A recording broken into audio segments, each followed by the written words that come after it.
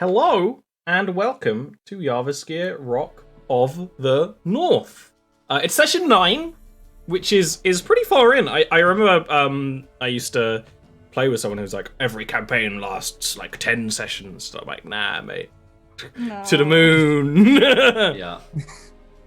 I got my new mug. It's an Animal Crossing color changing mug my mom got me for my birthday. Because I got my mom into Animal Crossing. I thought I'd show it off because I have it literally in my hand, and that's it. Looks good.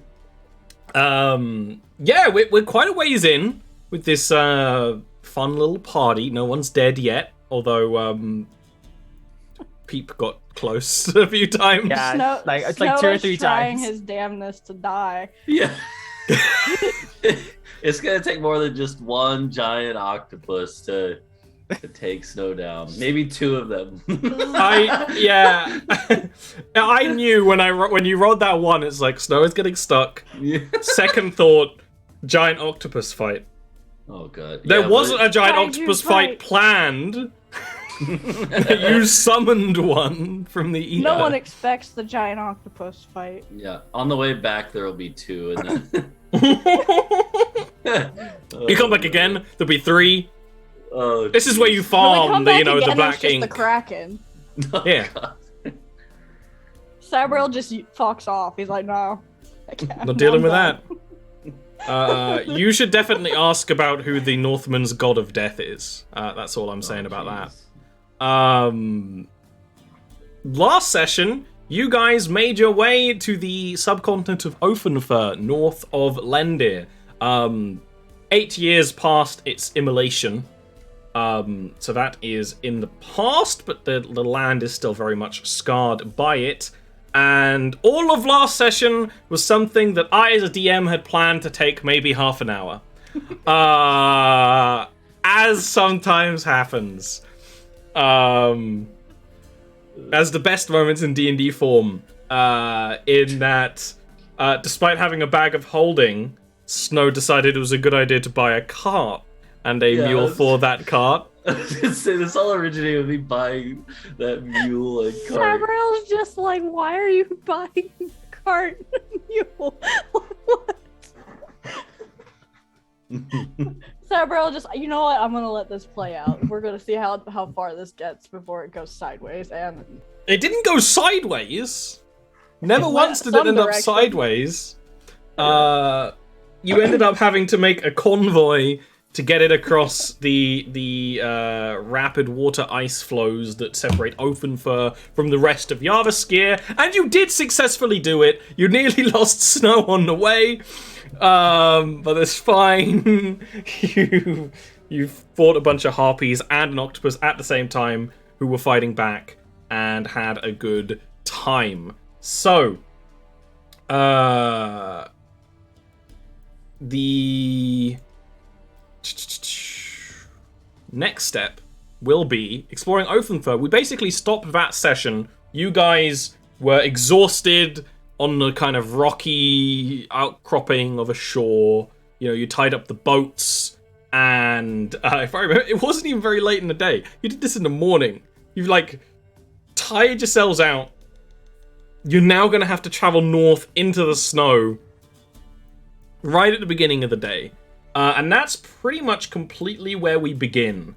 The wind is howling. The snow is blustering. It's, the weather is intense now that you are past some of the natural protection that Lendr has from the hills and the Jotunskogr.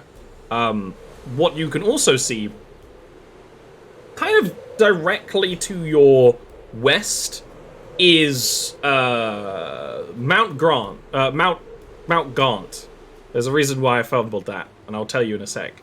This large, tall, kind of almost completely triangular mountain that Snow, you would know, a lot of the Planivar climate as a rite of passage. It is almost combines the landmass of Jarviskjir and Ofenfur. There's kind of some archways carved into the mountain that the water flows through, and kind of like almost other mountains lean up against it. It's a very strange natural formation. And then beyond it is this ridge of mountains and then just snow. The reason why I fumbled it is there is a mountain. The mountain that the city of Northman crests under is Mount Granth. And some would say that the names are because they are sister mountains, and not that I just completely fucked it up and named two mountains basically the same thing at some point. But, you know... That's an Ori move. Yeah, no, it's definitely lore. They're sister mountains. That's the way it's always been, as far as a North Indian or North Indian. North Indiander. I mean, Sabriel's been around hundreds of years. It's not changed. He can vouch. Yeah. Alrighty. I have a quick but very important question. How much octopus meat do I have? Oh yeah, you put the octopus on the back of the what's it? That will depend on the survival roll when you are going to start cooking. Okay. But it will be at least a day's meal, maybe more. Okay. For everyone, I mean. So, good question. You do still have the octopus on the back of the cart, and you can start heading north. Is there any particular way you want to go about that? Is there any kind of order to you as a group? What's sort of the strategy? I think, actually, no, we actually talked about this last time. I don't need to ask you again, unless, when I go over this, there's something you want to change. If I remember correctly, no, I don't remember. Someone had a lantern, because there's snow. I have a lantern. I have a, what's it called? The a hooded lantern. You bought it recently. Yes. Yeah. Yes. You were going to be on the cart, because you didn't bring your horse. Sabriel's going to be in front with his horse, and then, you know, Snow is walking in the snow. He was in Sabriel's lap on the horse because of the fur cloak. Yeah. Look, Sabriel loves people already. No, he would kill everyone in the room, but not himself at this point. He's just like, okay, everyone else can die for Pete. I've got one of the blankets that Sabriel provided us, or just kind of draped around me just to keep the weather off of me as best as possible. Yeah. It's those blankets are why you're not rolling cold weather checks now. You will probably later if the snows keep up, which it looks like they will. And you can start trekking onwards. Unlike the areas you've been traveling through before, this is mostly just thick, heavy layers of snow. After a bit of time, you can find where there was a road under the snow during seasons where it isn't just full-blown winter like it is right now. As you are going, you do see the occasional little thing that I guess would be a landmark, so you at least know you're not gonna get lost. Especially with snow being able to see quite clearly through the snow. That's not an issue. You don't need to do survival rolls or anything like that. The main thing is going to be the cold and the time. It's a slow trudge. The snow is... It takes time to move through. You do kind of have a bit of a spear tip formation going on, which helps. But it's a trudge. By the end of the first day, unless any of you want to detour for any reason, you've basically just been traveling through snow with the hilly mountain range to the west, and the mountain kind of going progressively smaller behind. I haven't had coffee, I've only had tea. This is going to be the whole day. Is there anything else you guys wanted to do during the first day of travel that I haven't addressed up until camping? No. Great. No. Here is a thing that I have realized you didn't prepare for. Firewood. Now, you will be traveling into a forested region. Right now, that will be something that will take time to gather. Well, it'll take time to gather anyway. that is something that's going to slow your travel down. Because you need to camp probably like 2 hours ahead of time to find, gather wood, prepare space, make a fire. I know you have magical ways to make fires. I don't think you have magical ways to fuel fires currently. Though do tell me if I'm wrong. I'm looking. Yeah, because let's be honest, it would be Sabriel who has something if they do. Who would be going out and gathering firewood when it's Vincent would. Yeah, Snow would go look for firewood. No, pretty much everyone but Peep, who is too small. Just jumps off and just sinks into the snow, just gone. It is that. It is. It's 100% that kind of weather, at least right now. I actually don't have anything for fire right now. Nah. Fair enough. I didn't think so, and it was just kind of one of those things of... I'm not usually a big stickler for, like, travel rules, but I'm like, oh shit, traveling through deep snow? Yeah, this is one of the things that's going to slow you down. Luckily, you have prepared for being slowed down. So, you're not going to really suffer for it. It's just going to be time. With octopus meat, which theoretically has octopus fat, which could be used to fuel the fire. Oh, that's true. I mean, I've got tinderbox and torches.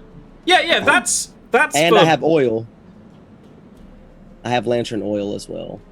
So you can basically bolster the fire by take much less time. That's great.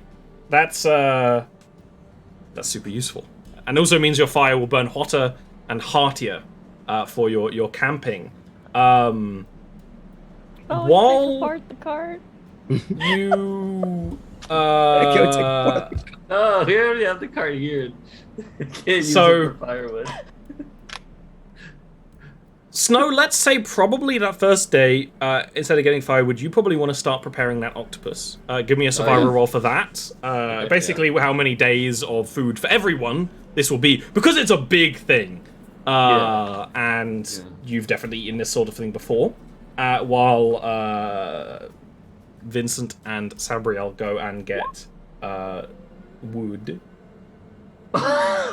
It's gonna be a day. It's gonna be a day. But, you know, it's one of those things where kind of later you can use that, you know, other stuff to help with the fire and whatnot. But there's nothing else redeemable about this corpse either. And it's also partly due to the damage before. It's like Warcraft rules. It's like, why do I have to kill 30 zebra to get 15 zebra feet? Well, you know, I have it's a quality. question. Habababa. If we burn this octopus, is it going to attract other things? I mean, just having the body is probably good. Just cooking! Just cooking Anything. has a chance That's to my attract point. anything. That's my point. And this is definitely bear country. Yeah, that's where brain is going right now. But on the plus side of that, then we get a chance to replenish our stock when we kill whatever the next thing is. It's It just keeps on going like Russian pyramid nesting Gabriel's dolls. just like old man sighing right now. Just God damn it. I like to think that the reason Snow doesn't do too well with the butchering job is that he, like, in the middle of it, he thinks back to the fight and gets frustrated, goes, "Urgh," and then accidentally cuts too much. Yeah. That's like right out of The Player did that Witcher. once with a kelpie, which was a mistake. While this is kind of all being prepared, Vincent, you can go out and get a little bit more firewood. What's your question? I was gonna say, do I know of any? Because I'm from the frozen lands, at least. Do I know of any like roots that naturally grow in the ground in this cold environment that are like edible and useful in that vein? Give me a nature roll for that. Well, I'm so good at those. God. 10 is good. That's average. 10 is, I'll take 10 is good. 10 is good enough for you're not gonna get anything magical. But you do know that, yeah, there's gonna be things under the snow and kind of the signs for it, and like you have time because camping is gonna need so much time, and also it's, you know, almost part of your religion to be like, well, I got to do something, you know, active. So you can head off. Like I said, you're not currently in a forested bit right now. So it takes quite a bit to find these sorts of things, and you do see an area of the snow that's a little weird. When you go rooting for what maybe could be a large root formation or something, you grip onto something cold and metallic and quite large. I'll try to pull it out. You can with a little bit of effort, which you can do because you have old man strength. And what you pull out of the snow, and the snow kind of off of it, is a single large dragon scale. It is of silver hue, kind of not quite shimmering, but shining. You know, it's a little scuffed, but it's clean. And like the snow slides off it and it shines, and it's bigger than your shield by a little bit. It's a hefty I thing. will set it down in the snow and just kind of like kneel before it and just take it as a sign and do a little prayer to it, and then gather it up and try to strap it to my back, like under my shield, and kind of hold it there with my shield in place, and then go commence to looking for the roots and things for the.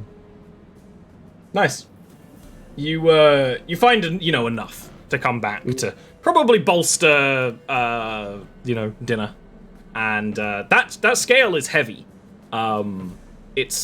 Silver is heavy, but it's also organic, so it's a pretty hefty thing, and it's kind of a little more brownish red on the underside as well, so it doesn't really look like much when you're coming back to camp.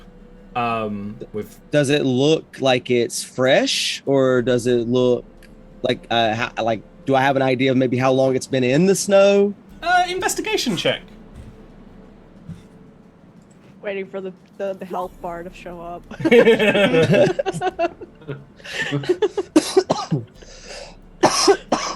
It is a dragon scale, who knows beyond that. Man, this is great. All right.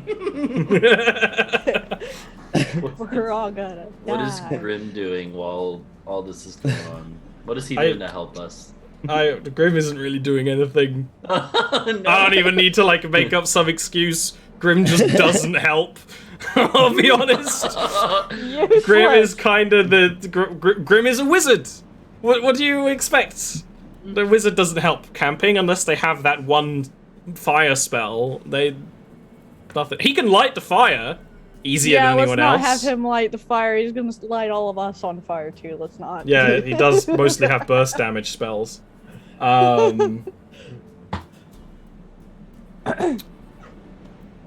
by the time you get back to Camp Vincent, stuff's cooking, and you all have made a little bit of comfort against the snow. Sabro's gonna be sitting with Peep and working on deciding what this toy is going to be, or these toys are going to be. He doesn't know what he's doing. He's just carving wood at this point.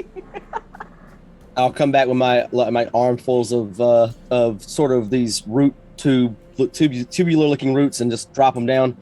I think these might help spice up dinner a little bit. We normally cook these at home. They're very tasty if seasoned correctly. If not, then they're at least sustenance. Sabro, who bought rations, is just sitting there like, why are we collecting food? And then I will take the shield off and then reach around and grab. And I also found this clunk. Yeah.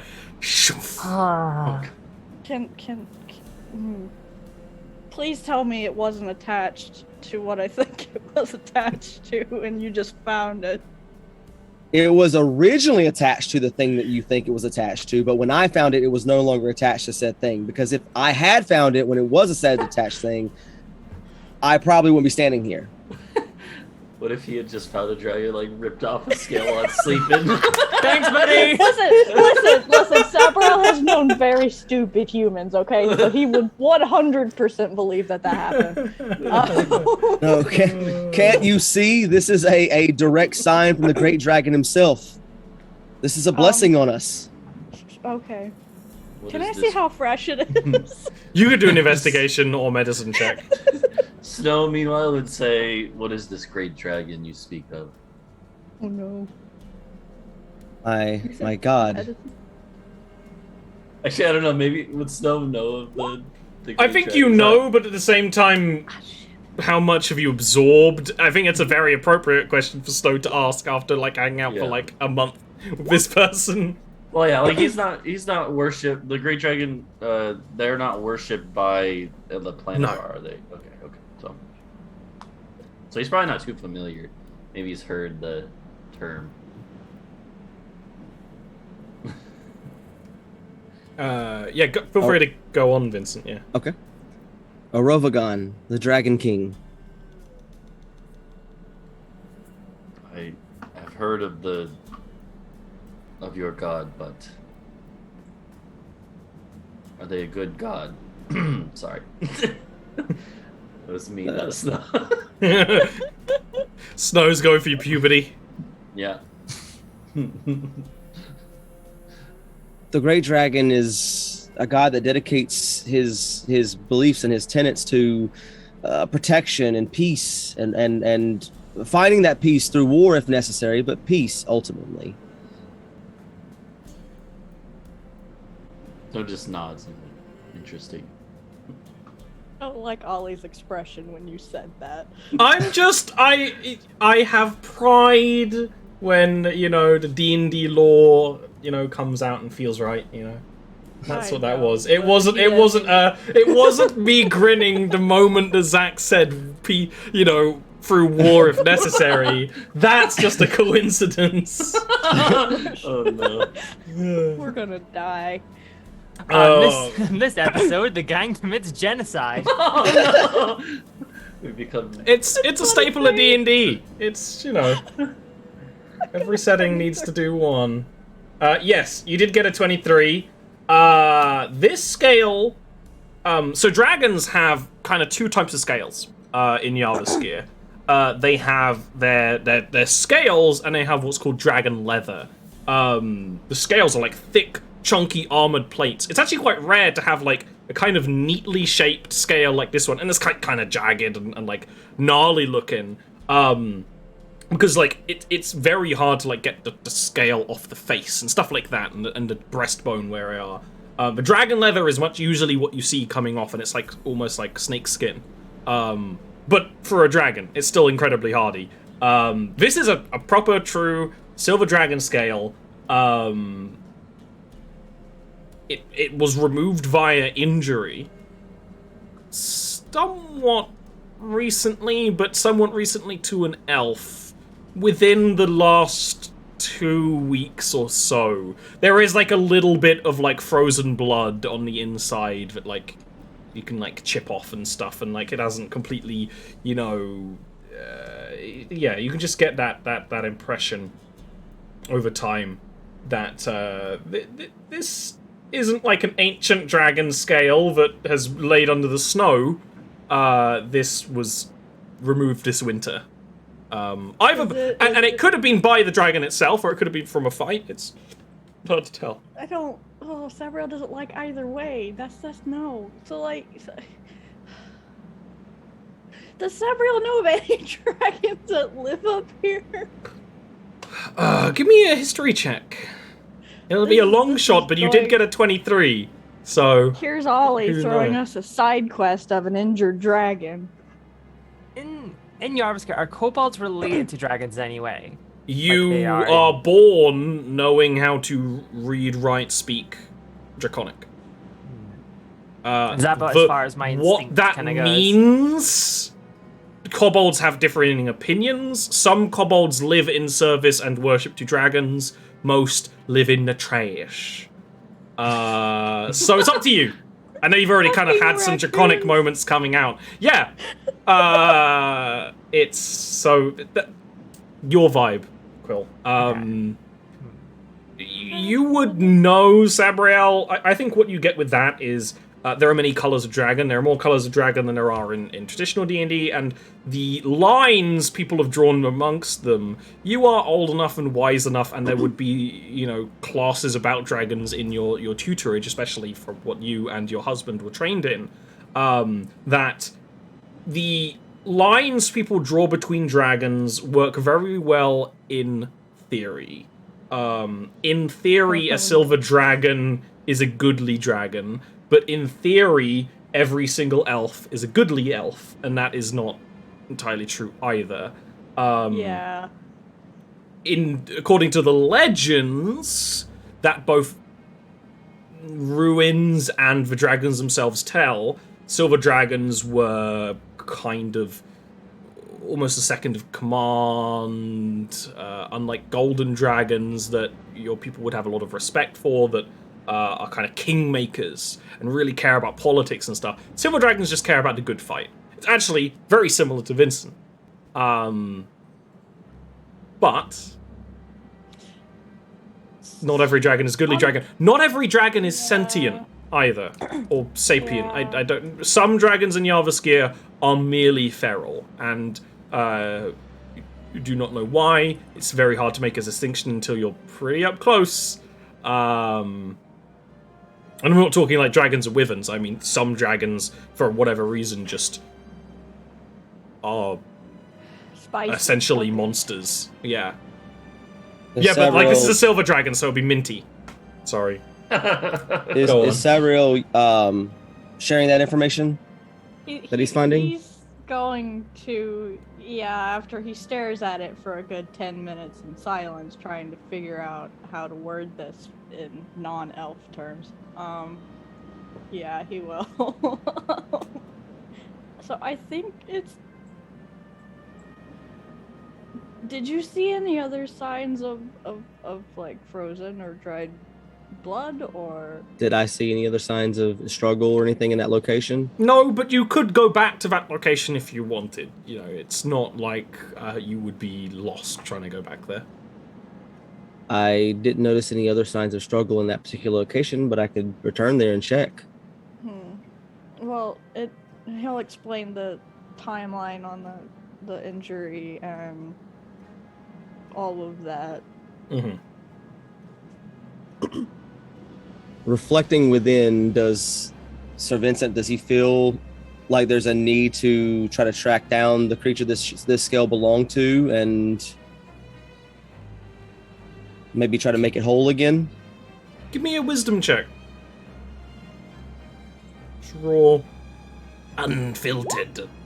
Well, Sabriel's thought is we probably shouldn't be walking around with a dragon scale without asking permission from the dragon if it's sentient. That we That's- can have the dragon scale.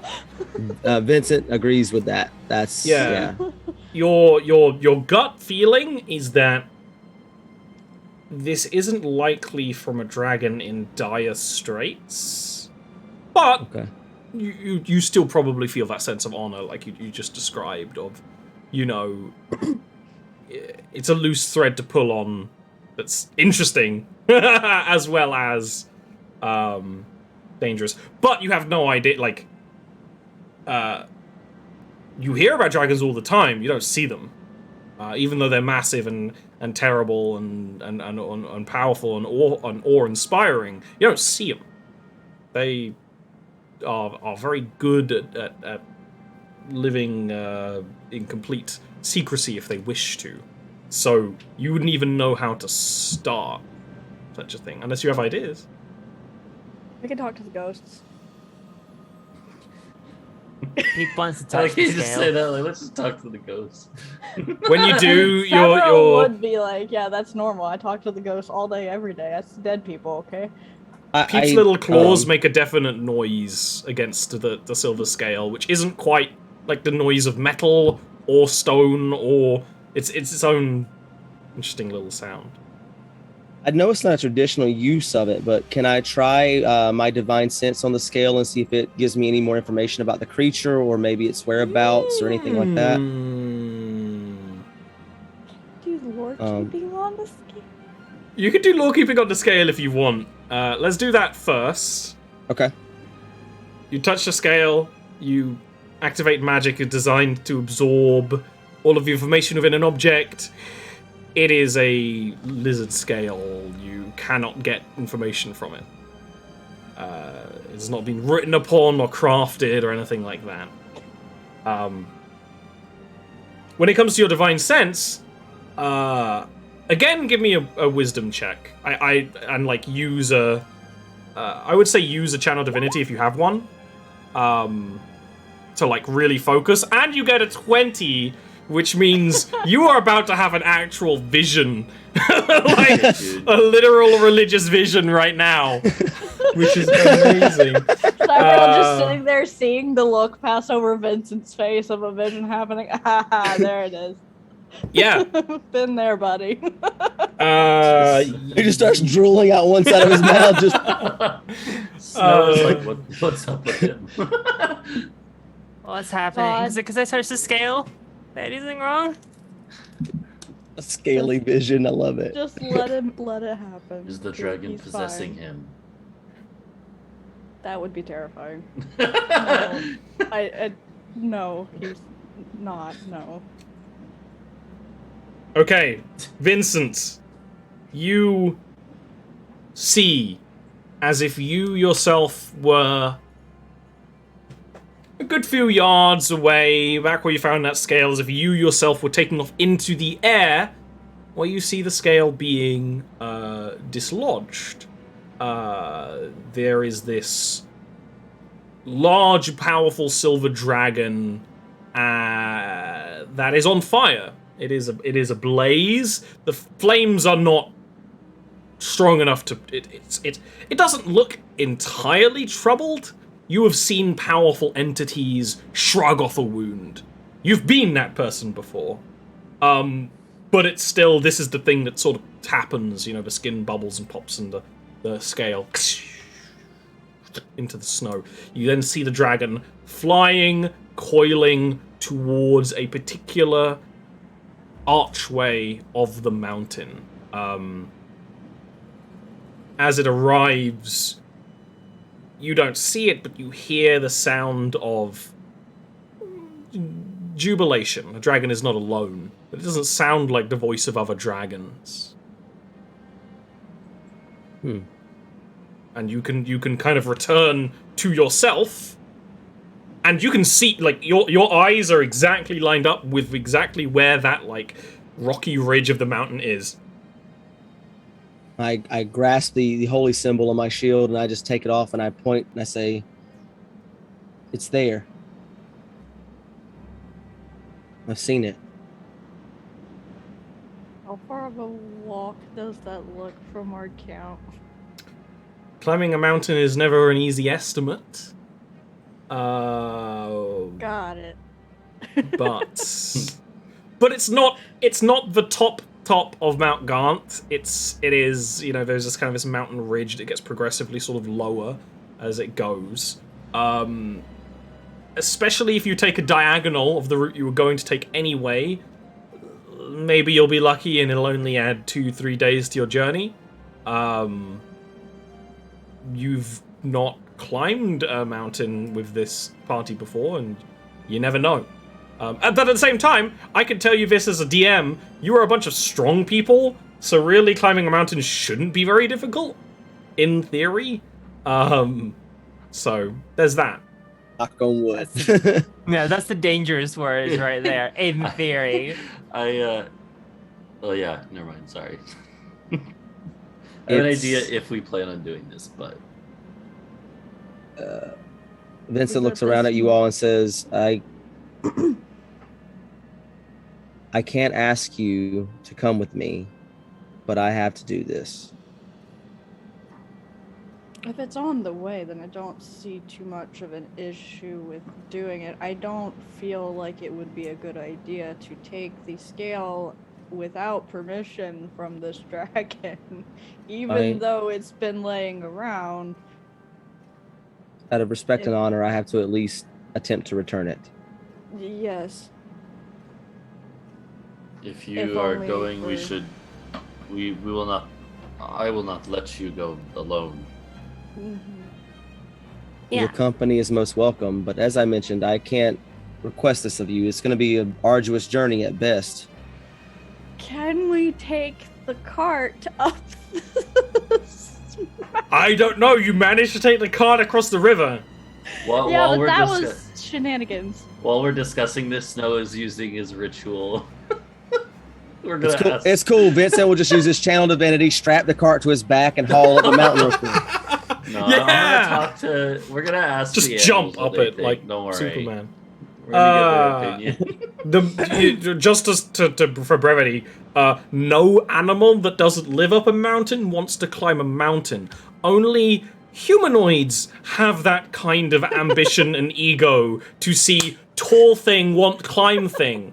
They're like, why would we do that? There's no food up there. There's no. It's hard. Why? Like animals don't have that like sentient desire to be like, I want to do the hard thing for the purpose of like betterment. No. Why would you do that? I want to hear your rejection in Krita's No. Scottish voice. I, We're I want speeding to through. know what the horse says. No, not this I have time. to prove my worth to he'll my have to wait. master. we have to earn another instance of Krita's voice. Krita coins. Yeah. Krita coins. Krita. Oh. Yeah. But I suppose. Zelius wouldn't shoot down climbing a mountain. Well, you don't have He your was Pegasus, flying. do you, Sabriel? You Climbing could this strap, mount- like fake wings onto not Zelius at some point. Climbing this mountain shall bring us all extreme glory. I believe it. My good sir, I am a sun elf. Snow is trying to think back to legends he was told as a kid, or like when he was being raised by the Planivar. He looks over to him and he's like, dragons don't really like my kind, do they?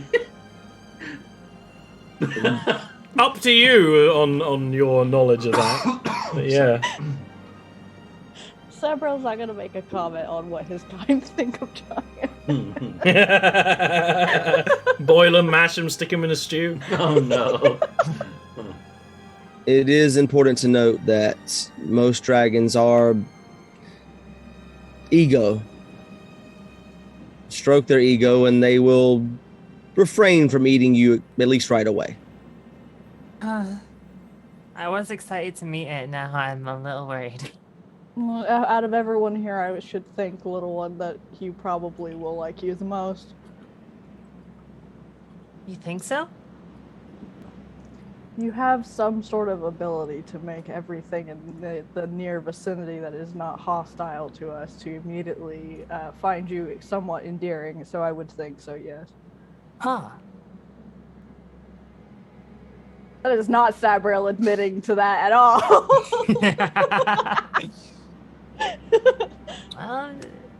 Okay. All right. Well, I'm down for it. Let's do this. I think we stand a chance. We're doing the right thing, and we do have Peep on our side, our secret weapon. So, some rest, and then we'll head towards the mountain. Just yeet Peep up the mountain. Just yeet. Strap You wings first. to Peep. Give Peep a glider. Channel divinity on Vincent. The new and improved fastball special. Yeah! Welcome to first inter-realm Cobalt tournament. Cobalt. That has to become canon somehow. At Cobalt. some point. Cobalt. The balls are kobolds. They love it. That's hilarious. But we're gonna have to weave that around at some point, where one of your characters at some point makes that a thing. What, just straps Peep into something and just fucking yeets him? Yeah. Mm. Okay. Vincent will definitely work out some sort of fastball special kind of idea with Peep if that's what he wants. Yeah. Sabriel's gonna be like, please don't throw the child. Like mid throw, like he's fading back for the pass at this point. Don't throw the child. What child? Oh, that one. Oh, my bad. Sabriel, help! You can rest for the night knowing that tomorrow, or maybe the day after, you start climbing a mountain. Anything any of you want to do during the rest, other than potentially throw people around for a bit? I will spend a good portion of my watch during the rest, polishing my armor and my weapon and my shield, and placing prominently the holy symbol that I carry into the slot on my shield, so that it is very visible as we approach this creature. And then the same thing for the scale. I'll spend time polishing the scale as well. Yeah. It has something very different about it to like your armor. Because like this is just a scale that's been in the dirt and the snow for 2 weeks. So like actually applying like your it's not ointments that you put on armor. Oil. Oils. Yeah, but there's a better word for oil. But you know, there's when you apply the unguents is the word I wanted. You apply your unguents on the scale, you know, it becomes a beautiful object. But still kind of having that power of a dragon. The fact that it's like a kind of slightly jagged shape and slightly organic is very impressive. Come morning, you can push against the snow towards this mountain ridge. You're going to pass some trees, because now this is going to involve you guys actually going away from the road.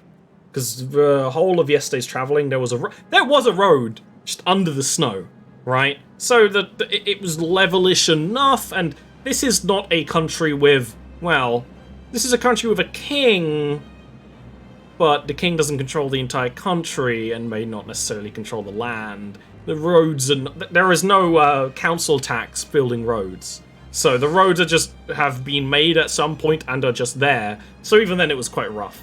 Now you're just free-roading it. You're just going for whatever you can kind of handle. And with your setup, this isn't hard at all. This is not difficult travel for you currently. But you're still against harsh snows. You are getting closer and closer to the mountain. You start to go up the kind of rocky hills that form beside the mountain. This isn't just flat ground mountain, you know, more of a steady progression. This is why this is not going to be the worst climb in the world. It's steep, but almost the snow kind of gives you a guideline of where to travel as well. It's very other than the snow, and when there are breaks in the snow, because it's not a constant thing, it's very still out here. There is that quiet that comes with a heavy snow when it lingers. When you pass trees in little patches, they are either usually they're evergreen trees that have got their branches just way down, with just inches and inches of snow, and you can kind of hear it creaking and cracking in a very satisfying way as you pass. But after noon, you're no longer passing trees, you're passing, rocks. And in some places, a bit like, I gotta say, it's like Skyrim. There are, like, markers in stone. There's no signs or something, but it's like, okay, people for one reason or another have climbed these mountains. And snow would probably, assume, well, probably giants wouldn't leave markers for non-giants, but it's probably the Borevar, who are allies of the Planivar, who are wanderers. They will see mountain, climb mountain. So, high chance these markers are left by them, and you can start hefting your way up. Before it gets too rough, what do you want to do with the cart? And, not Zelius, who is not a horse that can handle climbing a mountain, even a fairly gentle one. Is there a place, like maybe like an alcove or something, where we could maybe pull the cart or a horse into, something like that we could look for? You could look for one. It would be a survival checks. Does to make himself useful, does Grim have any sort of like shelter spell? No. Grim doesn't need shelter. Full Well, deep he sleep. doesn't realize he that he needs doesn't shelter. need shelter. Yeah. That's the thing. He keeps alive.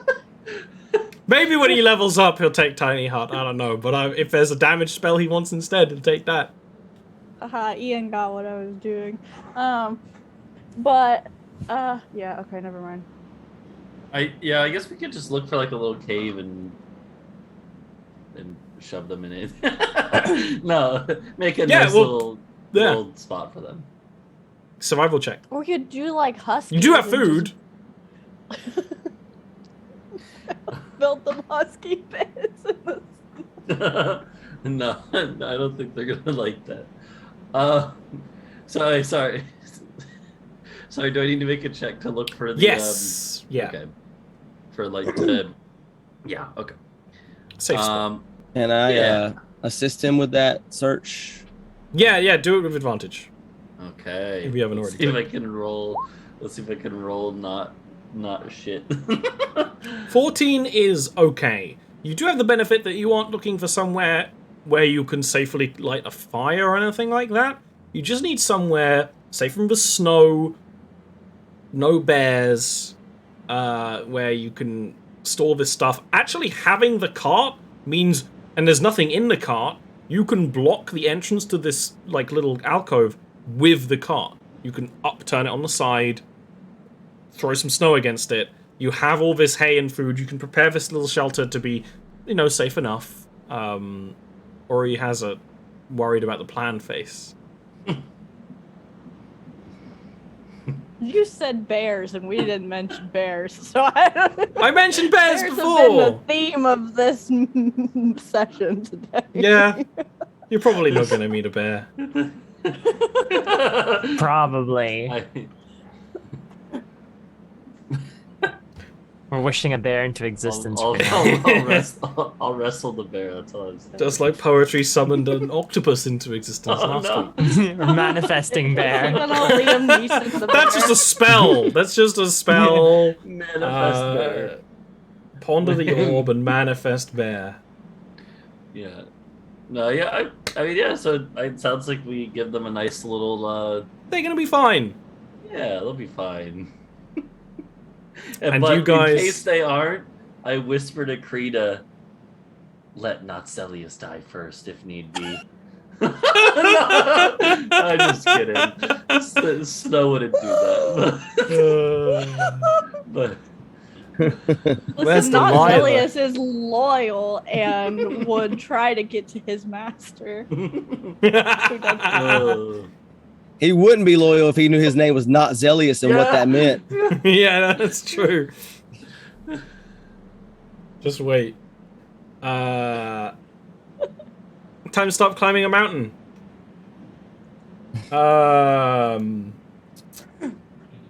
Any plans you have for this? Anything you want to kind of start off going? Now that you're not got the cart and horses. At any point when I start to feel like it's getting to be the more difficult part of the climb, at that point I'll go ahead and pop my channel divinity. But I'd also like, before we start the climb, to tie a rope to the back of around my waist, and then just start kind of looping it around everyone and having them tied around their waist so that we have sort of a rope chain. It's happening again. Can we baby carry your Peep? Just so he doesn't fall. Peep You guys like is- all climbing and a Peep just dangling in the back, just swinging back and forth. like either a baby like front pack or backpack, but with Peep. There's going to be a lot of Peep. walking. Well, And Peep's a kobold. Kobolds are fine in this kind of territory. Yeah. Okay. Sabro just doesn't want to lose him in the snow, just walking and just Devoured by the snow. The Eaten snow by bear. the what are they? The white wolves from the Zelda games that just appear out of the snow. Do they pop up out of it? Yeah. Yeah. Oh god. Or like the Kirin in Dark Souls 2, Crown of the Ivory King. Those things can fuck themselves. Just this lightning horse coming out of nowhere and stomping my shit. Oh, yeah! At least it's not cute little mushrooms that their parents beat your shit. Oh. Mountain time. Like I said before, actually, a lot of this is a lot of this is walking.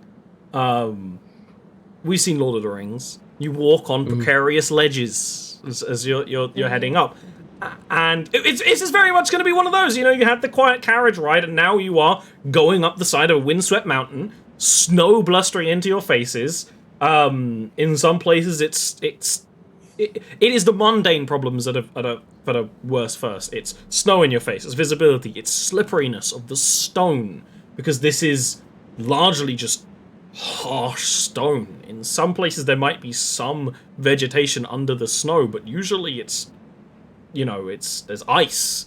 There's a real chance of just tumbling. But with all of your, like, just passive scores, I don't really need you to do any kind of rolls for anything like that. This is relatively easy, and you do have the handy thing that snow can see through the blustery snows, and in some places even the mountain itself will protect you from the worst of the weather. There will be climbing parts. There wouldn't be any of that on the first day. You can find somewhere quiet and gentle, set up your camp much like you did before, and then set off even further up the mountain, where this is real mountain climbing. As you are going and passing the very steep angled segments of rock, you hear first tumbling stone. Gets louder and louder and louder. And carrying some snow down with it. You know, not an avalanche. You maybe look like an avalanche, but it's just one round stone that's actually quite big as it's getting closer, and it looks like it's rolling in your direction. Oh, it's the thing we fought before. It's back for revenge. No, it followed us. Grendel? No, the rock. The other one, yeah. Oh, yes.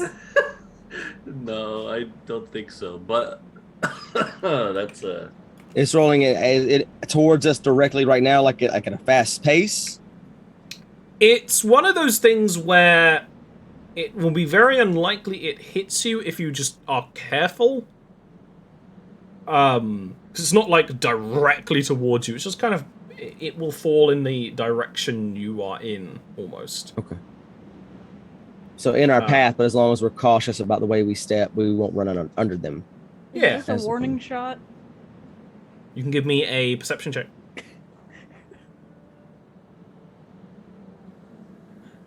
Where's my perception button? There it is. It's under P!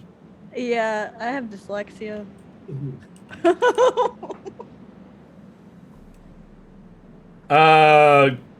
You just see mountain.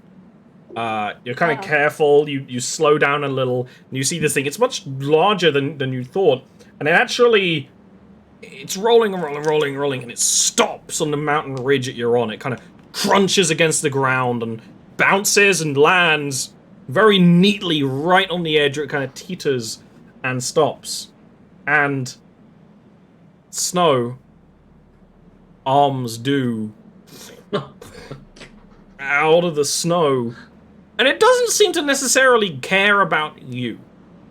There is a stone-hewn face of an elemental.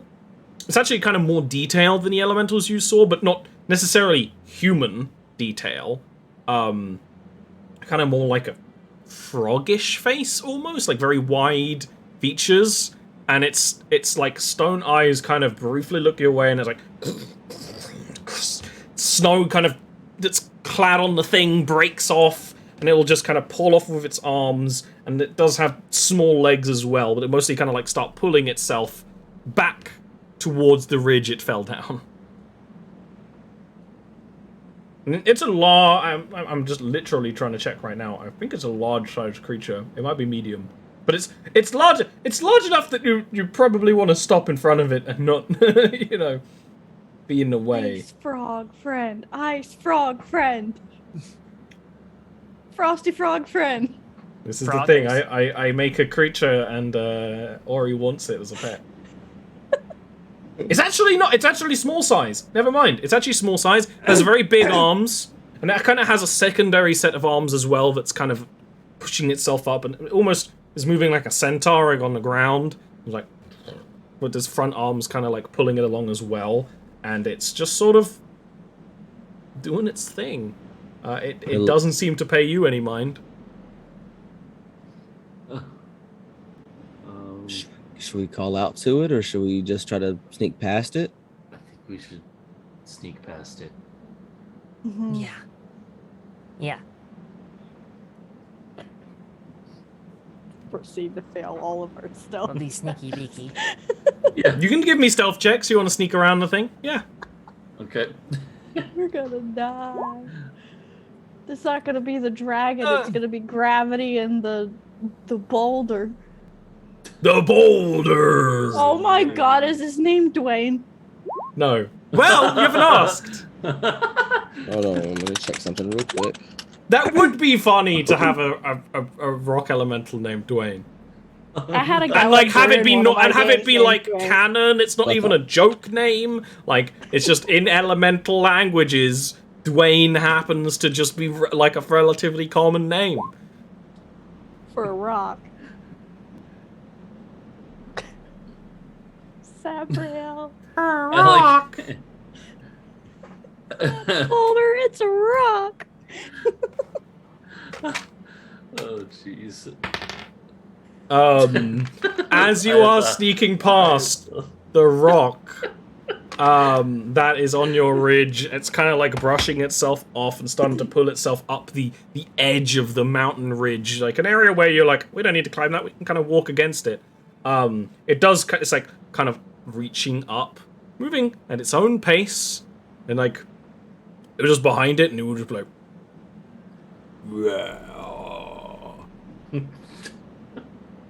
like at you, and it lets out this kind of low sound that it kind of does sound like a bullfrog, I guess.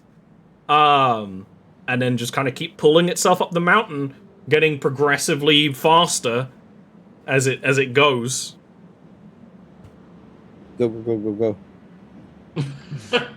Trying to get by it quickly, I guess. Yeah. I'm having Yeah. flashbacks. I'm having flashbacks of Mario. Let's go. Yeah, it's gonna knock us down the mountain. Let's continue Skyriming up the side of the mountain before the dragon appears, so we can steal the secret word. The secret word is thank you. Give me athletics checks for more climbing the mountain. That dude just climbs back up, happy as a rock. I love him. Just doing his thing. Would this does this feel like the hardest part of the climb, or It's gonna be. This is kind of a general one for all the climbing. So if you want to pop it now, as like, okay? Just want to make sure.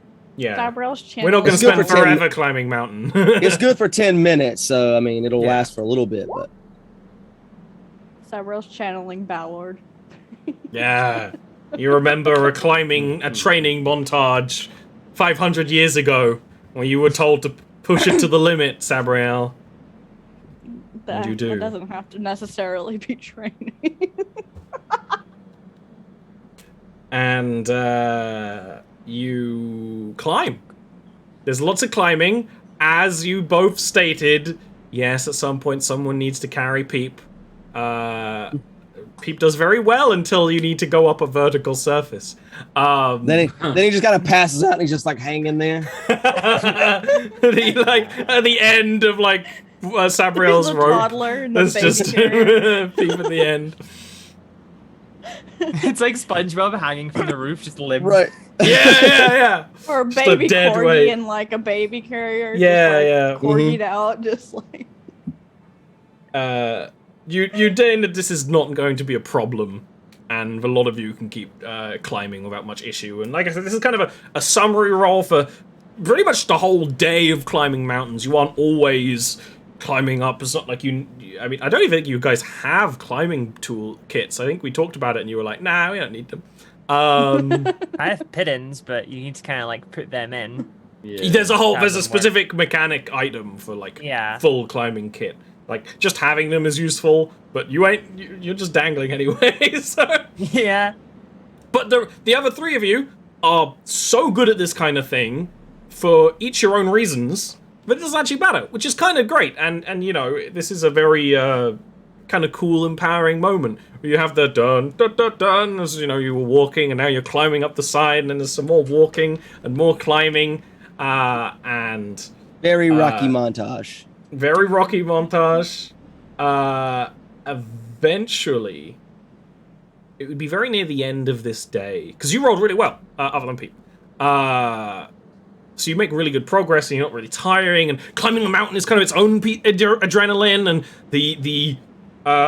it's not tall enough that you're going to struggle with lack of air, which is one of the things you'd all know to be sort of careful of, other than Sabriel, who's kind of immune to it because he lives in a city in the sky. That's not really going to be an issue, so like you can just keep pushing and pushing and going and going. It's near the end of the evening that, Vincent, you feel like you're getting close to where this dragon's nest or lair is. I don't know what your terminology would be. So I will warn everybody that we're getting close now. And as I feel the presence like getting closer and closer, or us getting closer and closer to that presence, I want to just outside of whatever I feel like the next room is that has the dragon in it, or whatever, wherever the creature is at, I want to cast heroism on myself. Just Okay. realize I haven't done my spells for the day. Well, yeah, it's been multiple days, so you definitely prepare for dragon. Yeah, I'm gonna do that real quick. At a certain point, you reach a plateau that is suspiciously flat. Occasionally, the mountain does form flat shapes. Occasionally, the passing of large creatures forms flat shapes, but it's even more suspiciously flat when you realize it is essentially a porch. And you can see this wide, square entryway of stone that is engraved upon the sides. Very simply, just kind of like channels dug into the stone into a internal cavern, where you could even from here kind of feel a little bit of warmth from within. There's no door, and this doorway is probably a 20-foot square. I think it's a little bit wider than it is tall, but it's big. It's dragon-sized. And you can already kind of hear just a little bit of hustle and bustle from inside. And that's where we take a little break. Oh boy. Yeah, it's just dragon. I think That's no, it? I think I know what we're gonna meet. I think we're gonna meet Peep's family. Oh my god. Peep's not even a kobold, he's really just a wormling, and we just haven't gotten that far yet. Yo, that's an incredible twist. Once we hit level Is 5, it? Peep just turns into a dragon. Listen, I've A seen fully stranger grown shit in ancient the D&D dragon. game. Again, I have seen stranger shit in a D&D game. We'll be back in like 5 minutes. We're all good.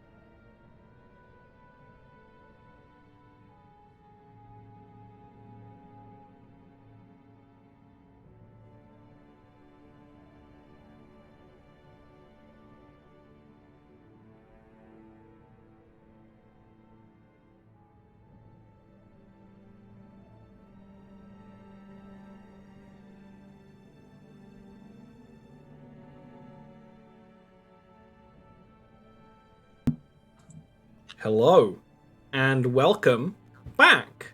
So, before you enter what is clearly a dragon's lair, it couldn't be anything else. It's a big, like, square entrance on the side of a mountain. What do you want to do? You can see the light kind of flickering on the stone from inside.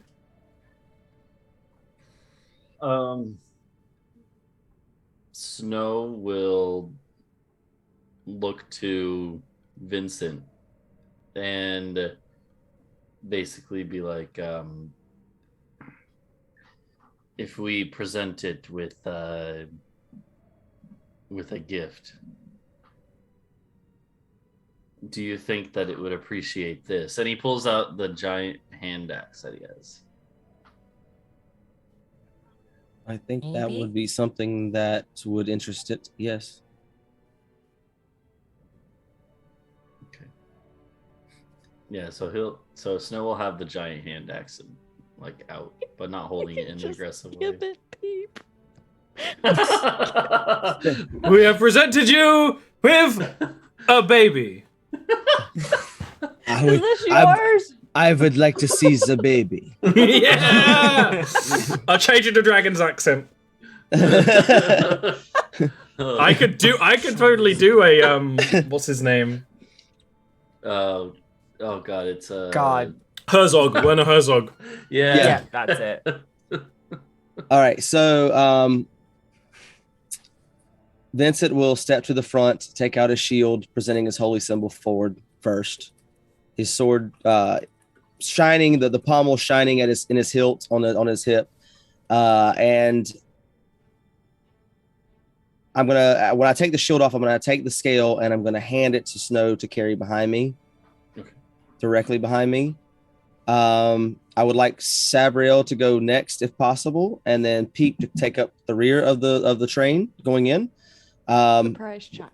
We don't want to give away all the goods right at the first sighting, right? We want to save the best for last. So, I am going to lead the charge into this cavern, and as I mentioned, as soon as I start to really feel that dragon's presence, I'm gonna the moment I feel that creeping kind of feeling of dread, I'm gonna pop off heroism. You take a few steps inside past the threshold, and the sound of activity grows stronger. Before you can really even see inside, doesn't get curves enough so that the cold wind doesn't come in. A person appears before you. The telltale kind of appearance of an invisibility spell, where they don't just pop to existence, they kind of like it's not, it kind of comes from inside them. They're a hobgoblin, female, wearing what is almost a mockery of a elven maid outfit. It's not a real one, but it's like the same kind of shape. It's made out of essentially scraps, but it kind of has some charm to it. She has one leg is just an ice spike at the knee. Like it's like a prosthetic made of ice, probably ever ice. She has her hands together and gives a bow.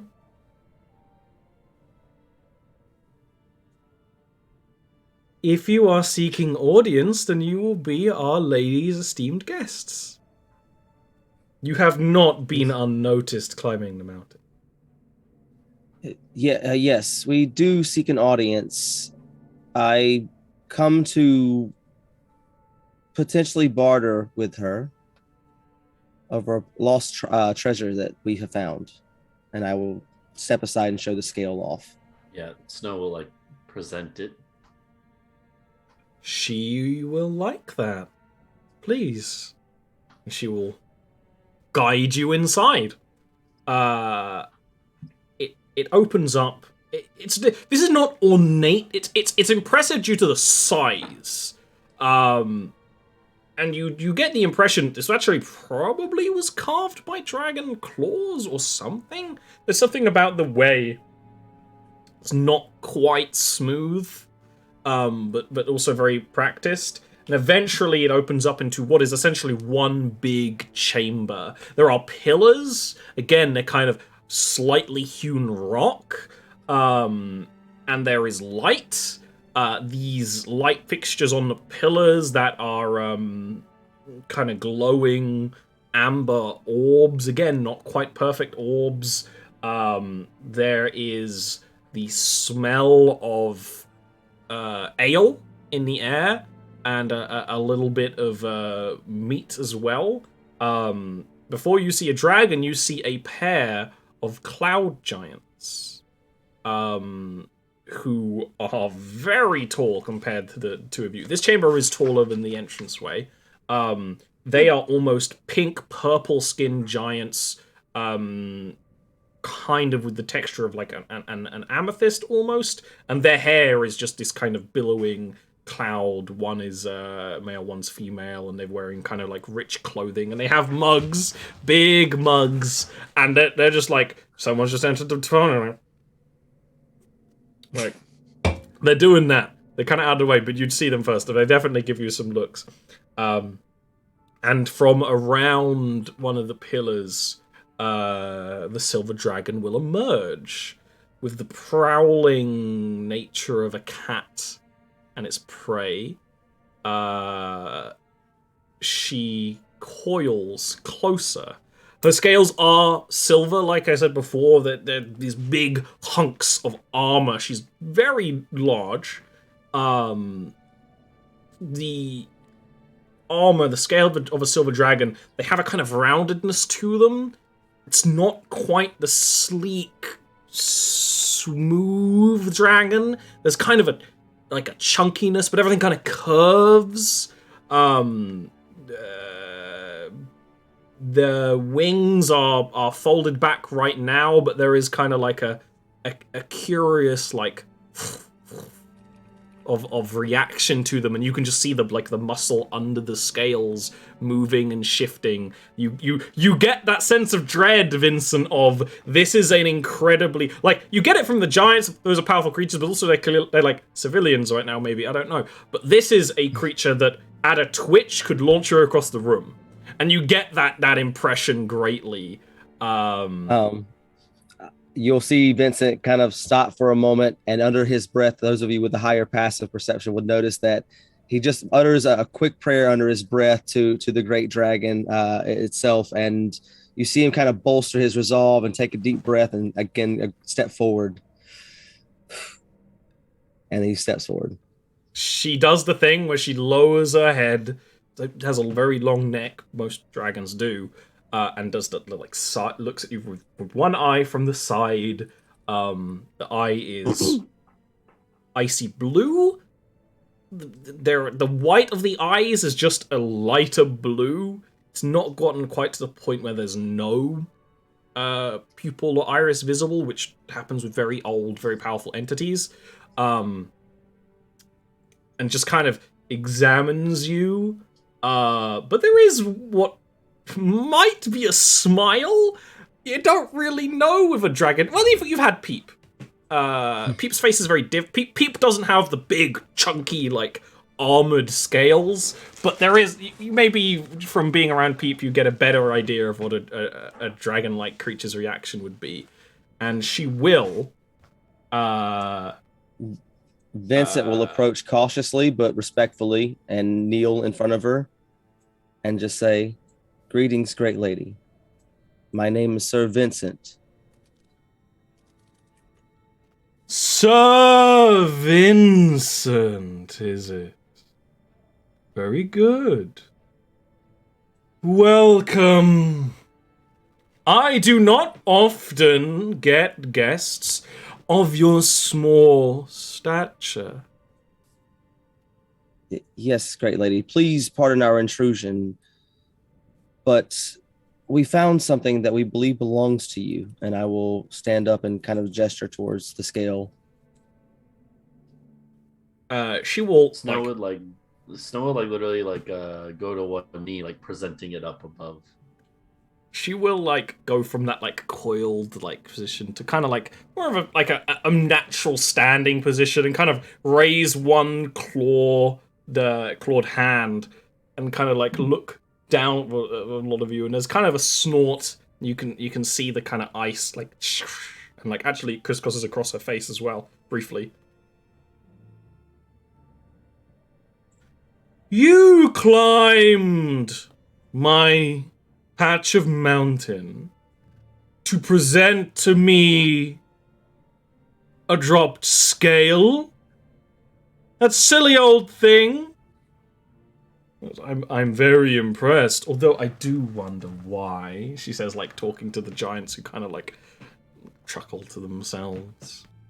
Respectfully, great lady, we didn't feel it was our place to just remove it without your permission, and we would like to request your permission in keeping it. Why would you want that? I pride myself on my shield work, my lady, and there is some known magics in my lands of great shields crafted out of such magical artifacts. My silly old scale's magical artifacts? Yes, it could live on to see hundreds of more stories in your name and in your honor. And I would, for the rest of my days, carry it with that honor. She will, kind of bump you, Vincent, with, like, the knuckle of her claw. And she will, Vincent's like, you do seem strong enough to carry such a thing, and I dare say perhaps use it in battle. I myself am not much of a fighter in my longer years, so I think that's a grand idea. Do not tire yourself with such things now. You've been climbing the mountain for some time. You should drink and rest and be merry. That would be a gracious honor, and we would delightfully accept your hospitality. Correct answer. Those who refuse take a shortcut down the mountain, she says, and she slinks like around, very much like a cat, like around the pillar, and then kind of like behind this very large stone table made for giants. Not snow, giants, that has food and drink and stuff on it. Mostly with kind of fancy stone cutlery and things as well. As you kind of look around the room more, there is a lot of like things that would be described as treasure on the table or on side tables or in like cubbies on the walls, which are essentially like shelves. Like it's a decorated place. Yeah, there are kegs of ale. There is meat, cooked and uncooked. There's snacks. There's food. Probably some fish as well. Like, there's a variety of things. Do they have giant octopus? No octopus. You could have brought the octopus and presented the octopus. Oh, you... Beg pardon, my lady, but is there anything that we should not partake or take of? Is there anything off limits to you? Oh, nothing is off limits to those of will and charm. I am often a host to giants, those who have lost and scattered their kingdoms. As such, I am sure that the ale I have on hand is mighty strong for a human from the Heartlands. Deep is definitely like peeking past and looking. Sabril is most definitely ignoring all of his friends right now because they're probably screaming about the giants in the room. Everything in moderation, my lady, as to not forget my place or station or my manners. Yeah, Snow is like still presenting the scale, I guess. I don't know. He doesn't know what to do with it. But he's like no, he's like looking at her now and like he's definitely like in awe. So, you know. Of course, if you are to accept of my gifts of hospitality, I think it is appropriate to offer your host a gift as well. Do not worry, Yes. I would not take the scale from you. Even if I eject you swiftly from this place, you can ride the scale down like a sled. Oh, God. Yeah, that sounds. Oh shit, that sounds That incredible. does sound kind of fun. Going over all like diplomacy things he knows about dragons. I like to think that Snow is kind of nervous, so he's like holding the scale, and then he remembers his gift. He like drops one hand, so the scale like goes donk and hits the ground. But he like he'll pull out the giant's hand axe and present that up to her, and he would say, while I use many sorts of weapons, this type is one that I would not mind parting with. And in fact, if you are host to those of my kind, perhaps one of them who has lost their own weaponry, their own arms, could use this in the future. You see the like, she has her more open, the smile grow more and more as you're talking, in a way that is at least familiar to Sabriel. Someone who's like, they're not actually listening to you; they're just like amused by you. Mm-hmm. And she will kind of snake her head down lower. Like, a little half-born giant, half ice, half. Don't tell me, I will figure it out. I have seen your size and shape before. I'll take your axe. Ever ice, a tool I know well. And she will kind of like reach her tail around and kind of like flick it from your hand. So like almost like someone like checking you to make you drop it. She's not like, she doesn't take it. She just kind of like taps it out of your hand. So it like clatters nearby. Okay. Is this worthy of my lady's honor and hospitality, or do you seek more? Please, you know. Each guest brings a gift to such a prestigious gathering. Please, Sir Vincent, do not forget your manners in the presence of a lady. I thought we might arrive at that. Sabriel, what have you brought for the lady? Yes, yeah, call Sabriel out. Call Sabriel out. And this bastard's out here on a milk run. He's got a That's flute. Oh no. He's gonna toot his flute, Greg, is what he's gonna do. He's got his flute. You gotta say it like that? I don't like that. Sabriel is very pointedly trying to not, he's clearly trying to ignore voices that no one else is hearing right now. He bows to her and he introduces himself. He knows he's probably the most hated thing in this room right now.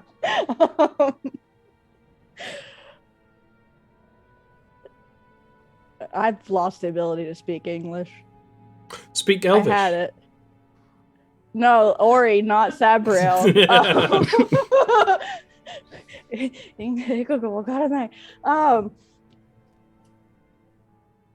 He's gonna bow.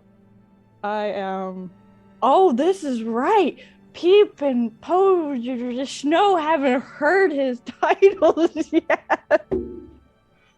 That's true. Ah, shit. Okay, well, he sees no way around this because she's gonna call him out if he doesn't. He will bow and introduce himself as Lord Commander Sabriel Aphelion. No, I'm not offering my horse, not Zelius. Sorry, that's why I started laughing. I just looked at the chat. I hate you. I was thinking, what if Sabriel offered Snow's mule without asking permission? Listen, that mule is probably a god, and we just haven't gotten there yet. Yeah. But he will apologize. I was not intending on visiting a guest of such magnificence on this trip that I was on, my lady. So I apologize. All I have to offer is a gift of song, if you would accept such a thing. She doesn't say anything. She just kind of gives you a long look. No, like it's like a slight turn of the head of like, go on. He's gonna toot his flute and sing a song. What is the song like? What language is it in? What's the vibe? It's gonna be, what languages do I speak? Snow Hold on, will I pull speak out all his of them. accordion if you want an assist. Sabriel doesn't know what to do with an accordion accompaniment. That's fair. I'm sitting there thinking about it. I'm like, no, that's too much of a mundane human instrument. There's no way an accordion goes with like any elvish ancient song. No. He will do something that is probably a mix of Elvish and Celestial. He will make sure it's not a song singing of the destruction of any giants. Good shout. Limits his options. He'll sing a song about the Beholder incident. Okay. So it's a heroic-ish battle song, kind of. Pointedly Ballad. more about Ballard than himself, but I'm sure his alluding comes up. So, of course, for Vincent, who could be Elvish, you catch some of this song. Some of it is in Elvish, some of it is in Celestial. It's not kind of, as someone who learns Elvish, it's very likely you learned Elvish partly through song, right? You know, the greatest bards sing songs of Elvish. But this doesn't sound like an Elvish song you'd learn at like a bardage college. This is a battle song of the Sun Elves. It's a very different kind of vibe. Very heroic, telling of great deeds. Almost more like an Elvish version of a bard hype man telling about how their friend beat up an ogre or something. Like it's more like that kind of thing. But refined with time as well. It's almost like when you buy a really fancy beer. It's still beer. It's still good for drinking beer, but it's like a different level. She certainly seems amused, at the very least. She settles down to a bit of a roost at the other side of this large table. Listening. Her tail will tap slightly in the tune of the beat of the music, which probably makes the beat stronger. There's a large dragon tail taps on the ground. When you are done, she nods. I will accept that as your gift. This time, I sense you have many a treasure that you are holding out on me, Lord Commander. He smiles. All of my treasures are at home, my lady, but I will be sure to bring one the next time I pass through. She nods and looks to the other two. I guess Peep is still kind of semi-hidden. Can he just offer Peep? Just like, here, have this child. I found it. No, I'm kidding. And Peep just like throws up a little. I present the baby. Battle Master Peep. And I step aside and Peep, what have you brought for the lady? Like Peep's like looking between like the Everrise like hand axe and then the song and like, I don't have anything as valuable or as good as those my lady. What? So if I can maybe do a service instead.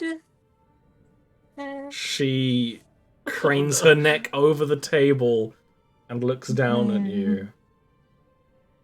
She kind of lets out a bit of like a huff and just, you've been climbing a mountain all day. You felt cold wind on your face. There it is again, from a silver dragon's breath. What are your talents? I can carve wood and I can fight. You can But fight. I learn quick. And climb through ducts.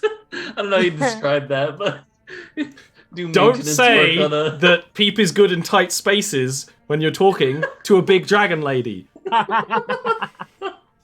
Oh no. The fan art. I'm already seeing the fan art. Oh, God. I don't think it's called fan art. I think it's called something else. That's how we know we've made it, if that gets drawn. And I want to know about I'm it. not doing it. I'm not doing it. You can't pay me enough. I'm not doing it. You can fight. Yeah. Give me a strength saving throw. Okay. Oh no. Just pat me with the tail. Yeah, there's gonna be a pancake on the floor. She... You know what? I'll play fair. I'm going to find her stats. I'm going to roll contested. She is going to basically boop you with her snout. Aww. But it's very much a bit like when she did it to Snow. It's to see if you don't fuck up. she's fucking with you. Well, her modifier is +8. So okay, only like a 4. yeah, you are like launched at least 5 feet back by this. Like, Can I catch him? yeah. Okay. Which brings me to my gift, my lady. And I'll take I'm not done with this one yet. Do you want to still do it anyway? To flex? Yeah, I will. I'm gonna take them out. Oh no. I reach in my shirt and pull out my chain. It has 2 rings on it. One of them being my wedding band, and the other is the signet ring for my family. And I'll take off the chain. Take the ring off for my nobility. I offer my nobility. And swear to be a knight for you. As needed. She looks away from Peep on the floor. But, again, very cat-like. One of her front paws just kind of lands close to Peep in a, don't move. Don't you move. And the other one will kind of will reach out and she'll take a closer look at the ring. You have already pledged yourself to another. And I am not that kind of dragon. But I accept your gift. I accept the parlor tricks of it. I respect it.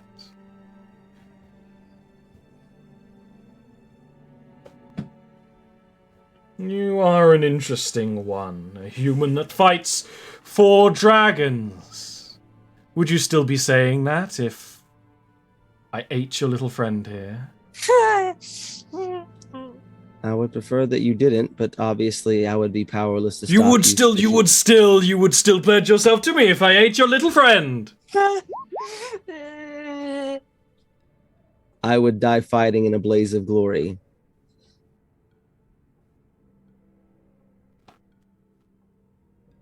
I'm not going to eat your friend.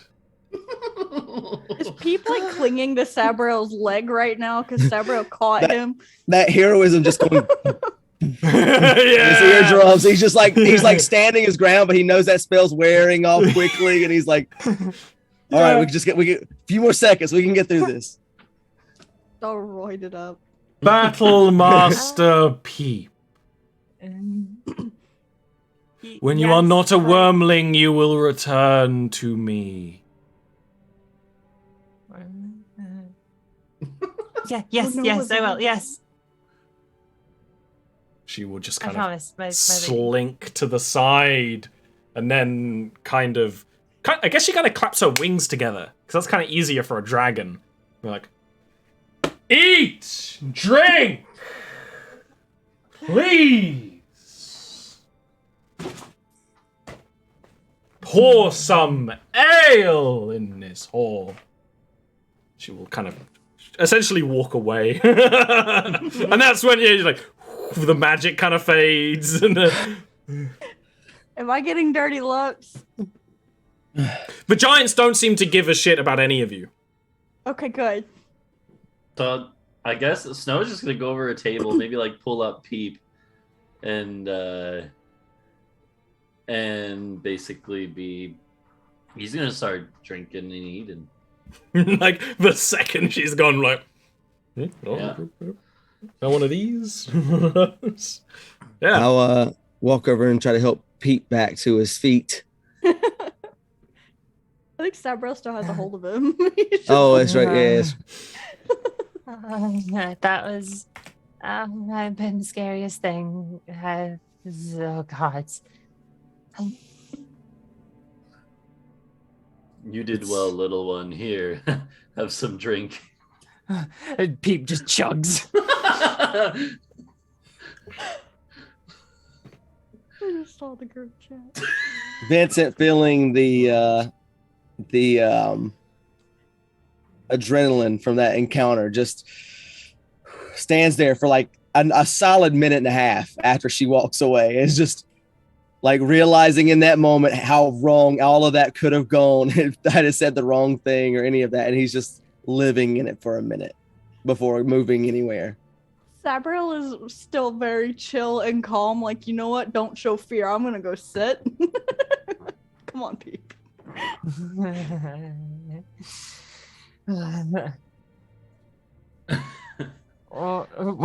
Once like the nerves have somewhat shaken off, and like Peep's like eating a little and probably like is halfway down another cup. It's like, wait, why do you think she called me a wormling? I mean, I'm a kobold, right?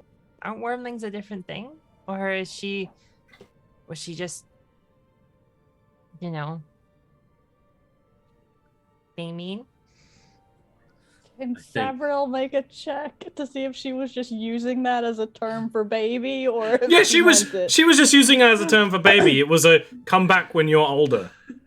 Okay. Snow would be like, well, you know how Sabriel there calls you Cretan.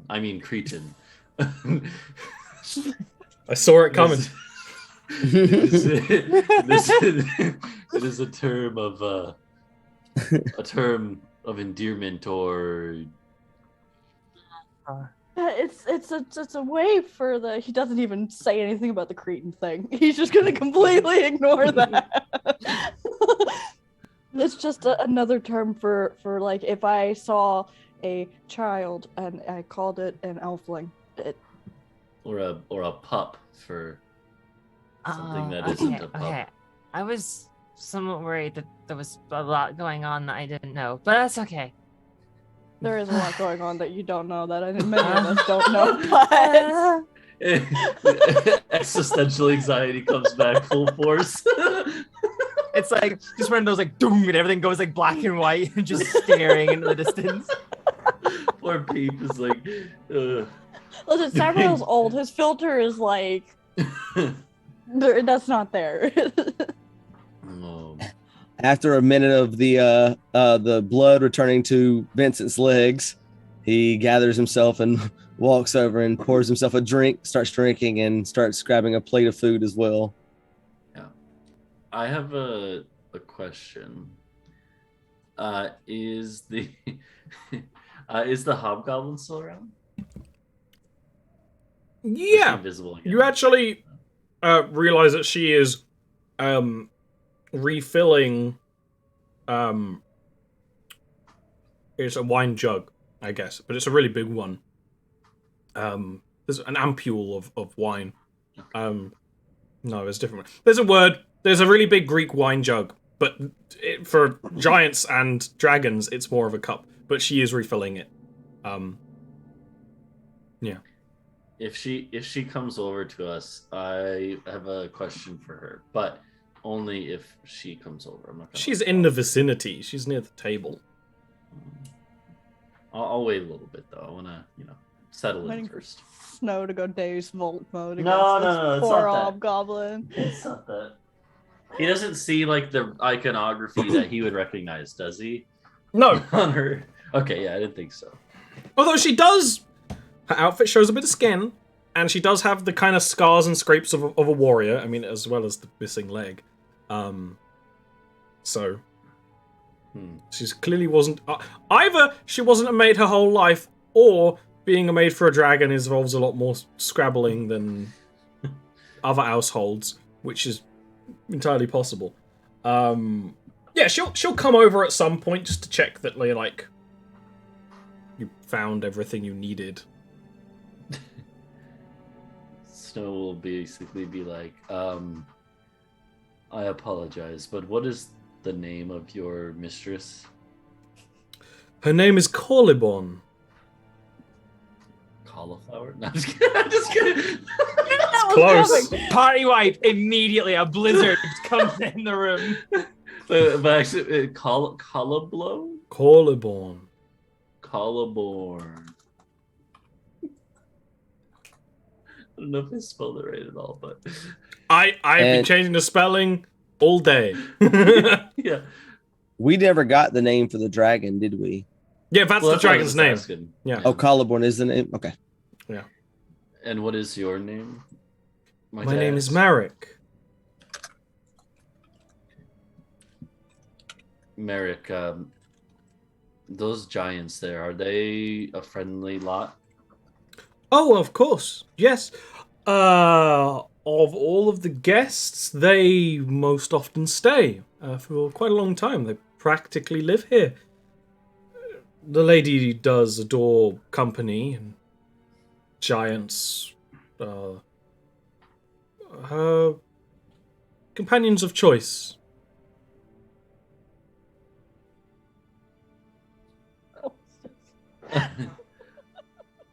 Are you are you a servant or a friend of hers, or what is your relation? I would like to say I am both. She rescued me. After a battle, I was laying on the ground grievously wounded, and she flew over and saved me. I used to live with people who believed, but only fire could mend a wound, and she mended my wounds with ice instead. She is more magical than she looks. And she looks quite magical. Yeah. He Snow kind of zones out when she says the fire thing.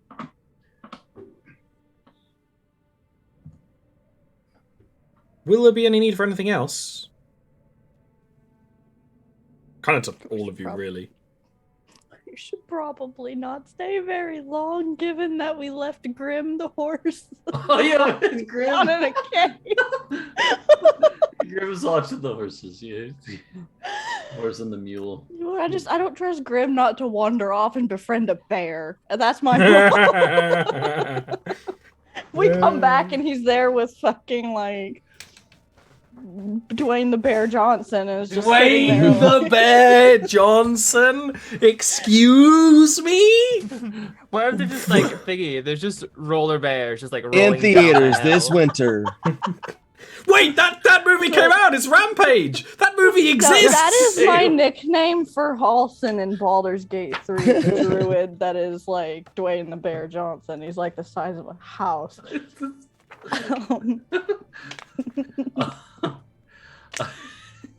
I sorry, I have an idea. So I'd like to ask. You said Merrick. Yeah, That's her name.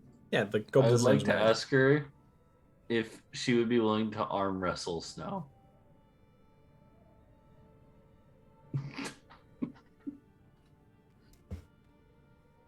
You fit in here more than I thought. Fine, I suppose. She'll kind of Okay. like she's not wearing any sleeves. It's like a lace thing that's like goes up. Yeah, and she. So his plan, by the way, is to try and show off because he wants to try and get the Cloud Giant's attention so that he can challenge one of them. Oh, I see. So, like, he's not gonna tell her. Obviously, he doesn't want to tell her that because he's gonna offend her. Like, he's still gonna, because he might still lose to her. He doesn't know how strong she is, but he really wants to. He doesn't want to challenge the giants like directly, so he's challenging her first. I see. Give me an athletics check. Okay, let's go. Well, she rolled like trash compared to you, but it's still a fight. The size difference is not much of a problem. Yeah. But you do eventually win, and like something plates nearby, you like bounce a little bit. And she's like, It doesn't get the attention of any of the items. "Give me a performance check." Okay. Ooh. Yeah. You can see and hear that despite being true giants, they are very quiet. You actually realize that they aren't even standing where you thought they were. They've moved to a different, closer pillar that they're kind of talking by.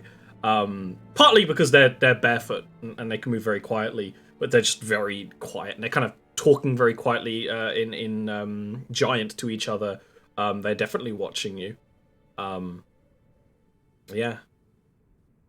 So after he wins the arm wrestling match against her, he'll like shake her hand and say thank you. And then he'll look over to like the Cloud Giants and basically be like, would either of you care for a friendly arm wrestle? In giant, I'd imagine you talk to them. Yeah, in giant. They will look at each other. The woman kind of like smiles in like a, oh, this is kind of entertaining sort of way. But the male will kind of like run a hand through. He's got a. It's like it's impossible to have like a neatly cropped beard when your beard is kind of made out of like cloud almost, but it's still it's kind of neatness and like kind of bandings and things in there.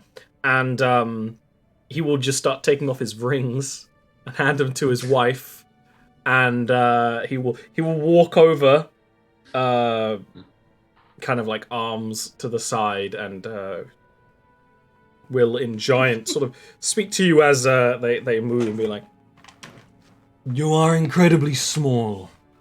You have the blood of a giant through your body, but you are not fully a giant of frost, and neither are you a half-breed of frost-laden kin and a hill giant. Exceedingly unlikely such a pairing would be. I don't know what you are, and I'm sure I'll have no difficulty defeating you." Again, it's Okay, quiet. yeah. And he just gives him a smile, like, and puts his arm down. How tall is this guy? Like how much does he? Like 18 feet. Okay, Like the cloud giants are very tall, but they're not quite as broad as other giants. Almost more like elf-like proportions, but not quite. More like Sabriel-like proportions because they're buff baby elves. so it's basically so like big. Yeah. So it's like standing next to Snow makes it's like Snow standing next to Peep. Yeah, basically. All right, yeah. So he'll grab the thing's big old hand He's and just standing on the table, holding the hand with both arms. Yeah, basically. Alright. Yeah, go ahead. Go ahead. Roll an athletics. Okay. Here we If go. you Nat rage, 20. you have advantage. You know what? I'm just gonna leave that. Just gonna leave that. We'll do best 2 out of 3. You do win. Oh shit! Let's go. Okay. It's much more of a struggle. It's much more of a closer fight. You are, wrestling. Basically, just it's full on wrestle with the hand of a giant creature for you. Yeah. And it is kind of surprising of like how much you tower over the other beings. But this is a true giant compared to you, with middly one very high in the old hierarchies. But you do the hand it against the ground, and they will like stand up in surprise at that because they were kind of kneeling and were like, "By Magnonir, you hold limitless strength within you." He does like the little. No, just kidding. No, he does. He doesn't show off. He actually just gives like a smile and he wants to be not like he's not going to be a bad sport. Not gonna be an asshole about it. No. He just says I guess I don't know how you respond. He would just say like I have to I have not seen much conflict, but when I have, I've had to give it my all.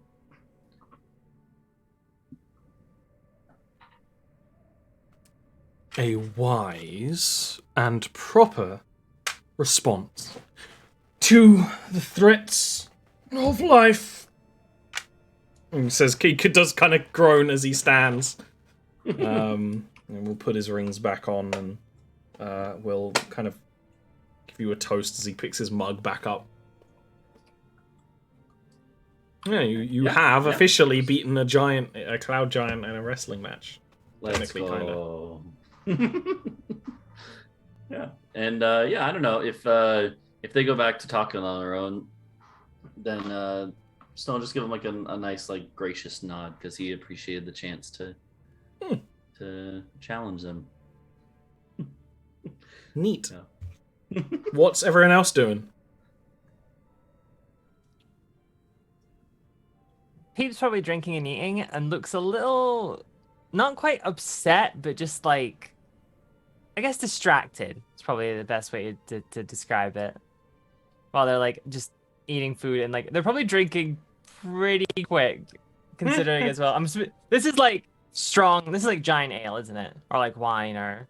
Yeah, there's wine as well. There's ale and wine. All he drinks ale pretty more than strong. I imagine you're drinking the ale. Yeah. And it just seems to always be more. The keg isn't that big, but there does seem to always be more. If you put your mug up, and it's actually got like a little stone thing. You don't even need to pull the tap. It's motion sensitive. The automatic dispenser. Yeah, it's automatic dispenser. Because there's a lot of like weird small bits of giant technology in this place.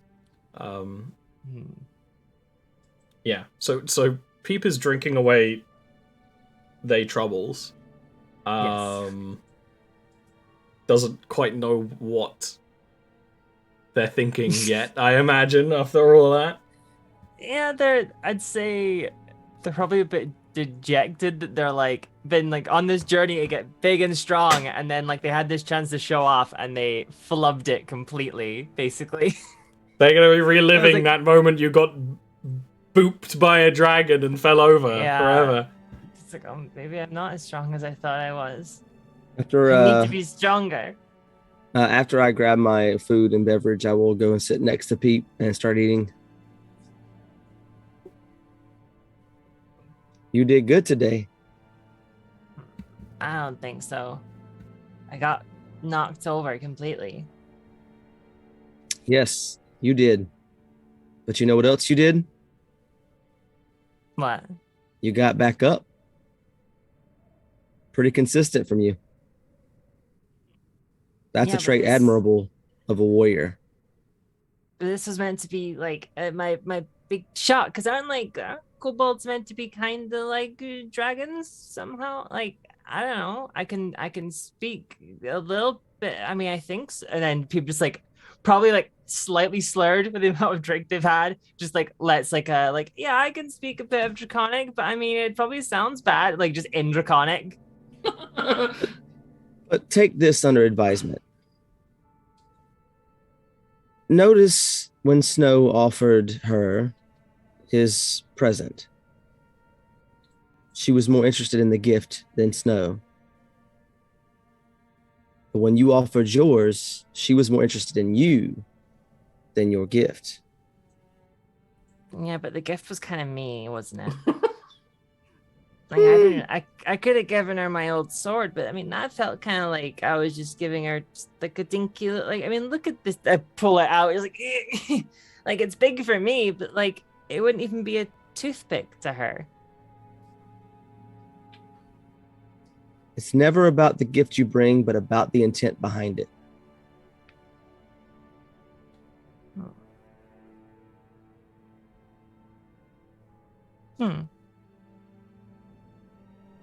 Then maybe I'll just need to come back when I'm stronger. Exactly. She set you out on a quest. A quest from a dragon is a wonderful thing. It can lead you to true glory and fame and fortune and, yes, danger, but isn't that what we crave? The glory of it all? Yeah. Anybody can die in their bed. We will die as heroes. Yeah. Yeah. People like grab like probably with both hands, like the jug just up, like yeah, and then sorry, takes a drink. I'll hold up my mug to toast Peep,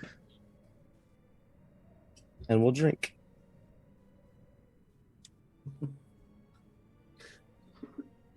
Oh. For a little Peep. Ori's currently trying to decide if Sabriel's gonna go do something stupid. Oh no. Oh no. She gonna steal something from the No, what do I look like, a fucking rogue? No, Sabriel it's the wants question to be the is stupidest thing of all. I'm going to ask questions. What? I was gonna say, is Ori's is Sabriel side eyeing the giants or the dragon? That's the question I have. dragon. Yeah. Well, you can. She's. I'm debating. In fact, you can't see her. You kind of realize when you're like kind of looking around. This is one big chamber. She doesn't actually appear to be anywhere in it right now. Well, his how far? Well, we are a little too far. I'm just trying to decide if Sabriel would want to ask her about this information that we have learned about the ring, the donut. The stone It's donut. not a donut. Of It's not a Titan stone donut. Doom. It's not a stone. It's the not a door stone to donut. Tartarus. Like don't tell. Like it's a big plot, very important plot, multiple campaigns. It's not really. It's kind of like big, powerful gate. It's not really a donut. The donut. Like I just upset Ollie. I know that face. I know that face. That's the like. Don't call it a donut. No, now we're definitely getting a polar bear. Yeah. It's not even gonna be bear sized though. Bear, it's a dragon-sized bear. I'm tracking the delivery for your bear right now. It's We on the got way. we got a Fenrir-sized bear. It's just like two of my custom sub races. One's like Hobor and one's a Hersag, and my players are like, oh, so Hobo and Ballsack. So that's what these ones are, and like that's the exact same feeling I just had. I luckily have been managed to mostly avoid that with like race and place names somehow. If you want to try and summon the dragon and ask her questions, feel free. But you know, she might yeet you out of the mountain. Yeah, that's the other thing. How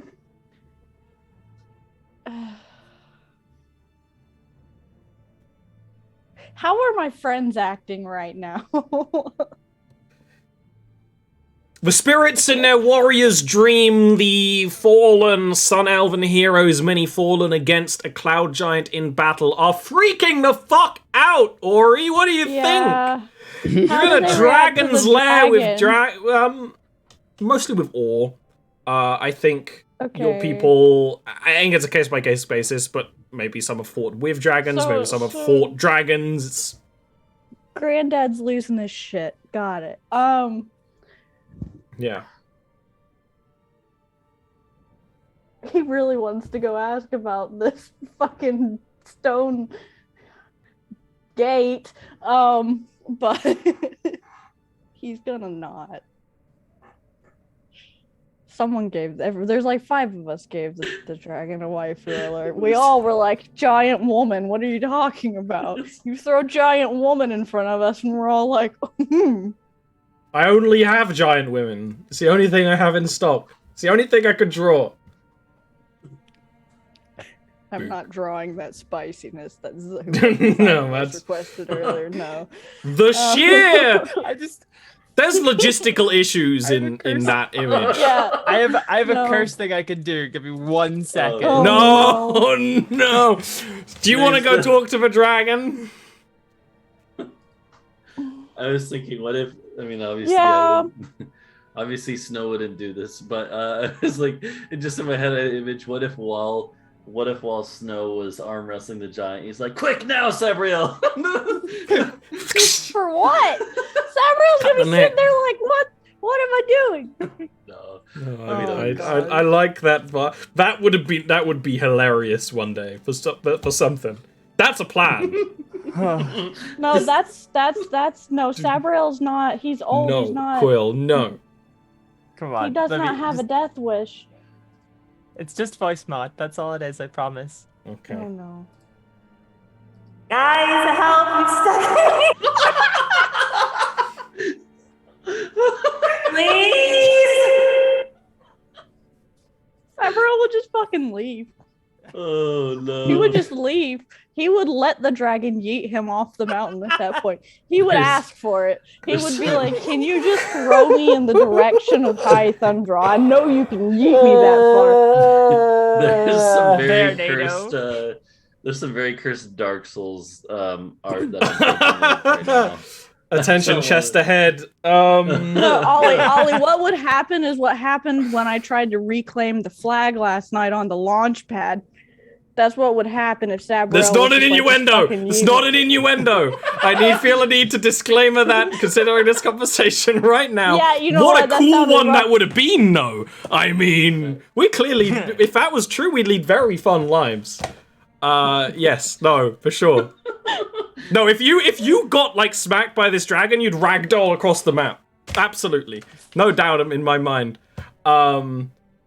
I have a feeling in my chest that I've never felt before, so there's that at least. So, do you want to talk to Dragoness? Yeah, he's gonna go talk to her, I guess.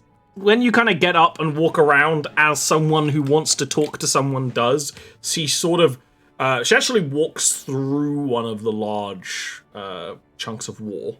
Just like, it does make a noise. It's kind of an almost liquidy noise. And she will kind of perch up on some stone furniture.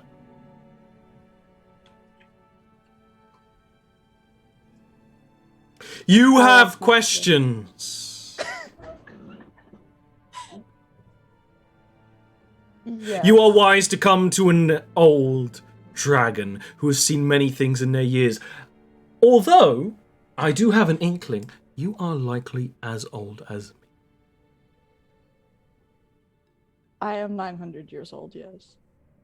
Hmm.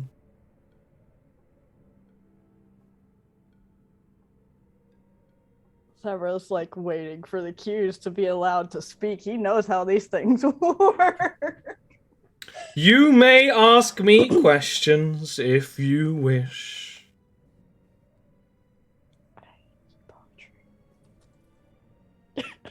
I need to stop reading the chat You do. when it's my turn. Let's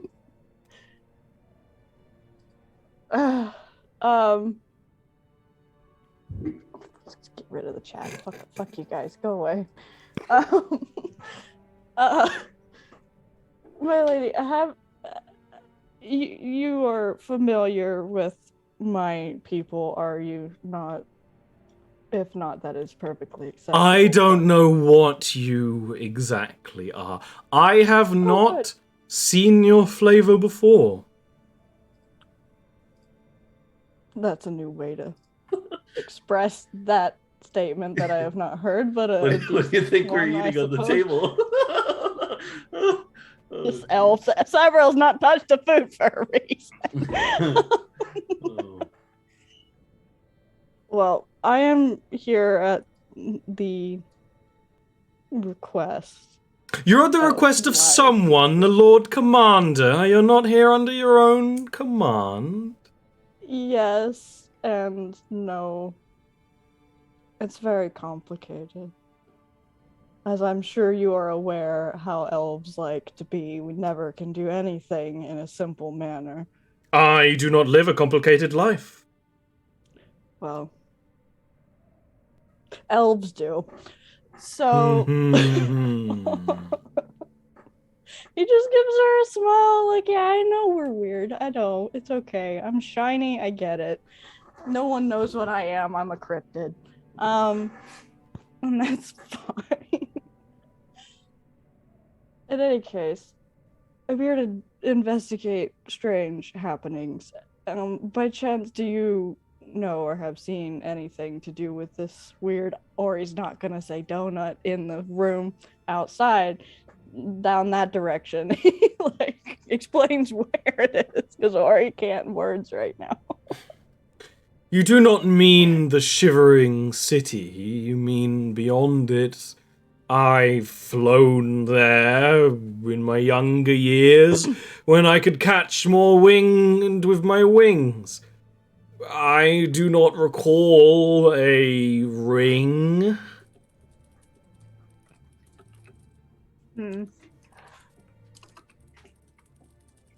Sorry, it was dark. Well then, that answers that question. I'm afraid I can be of no assistance to your issue with magical rings. I'm sure you're on quite an interesting quest, and I would wish to hear all about it when Lord Commander Sabriel returns with a share of their treasure to my entertainment room.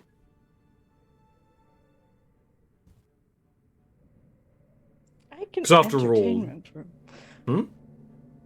Is that the room we were in? Yeah, you're entertaining. Okay, It's the I didn't know if entertainment that room. was a euphemism or not. No. I was like, is Sabriel getting propositioned by the I'm dragon? not being not currently.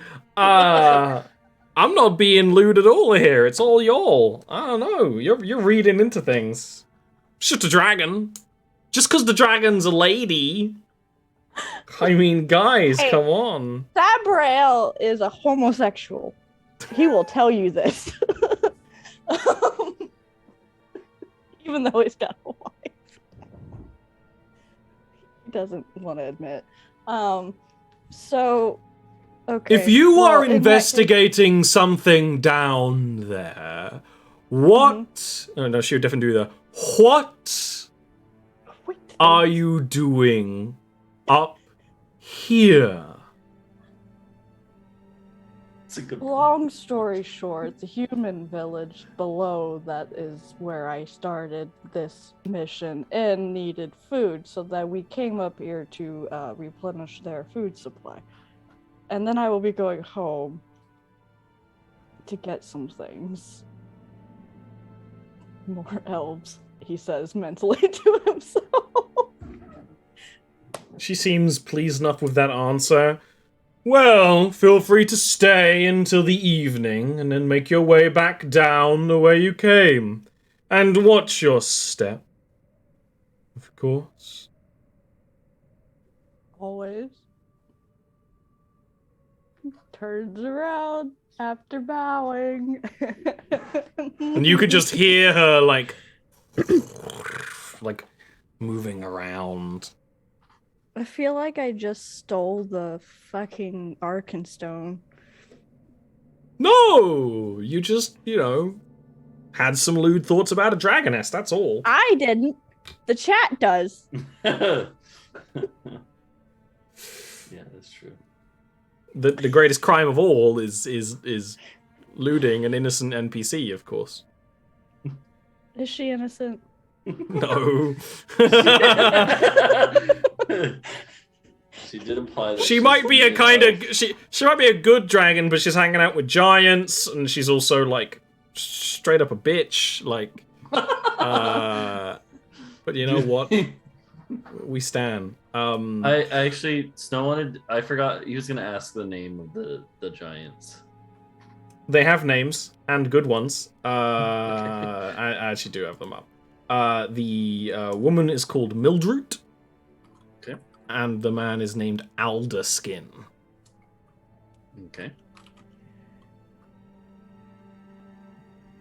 Cyberl's got so much shit to tell Cal if he can tell him later. Like, I met a dragon today. Yes, honey. Oh no, my husband is fading. He's making shit up. You all good to go? Anything else you want to do before you go? Do they have bear repellent? This is not a general store. This is a dragon's lair. Again, do they have bear repellent? Magic bear repellent. It's a dragon's lair. I'm sure they've got one of everything. Yeah.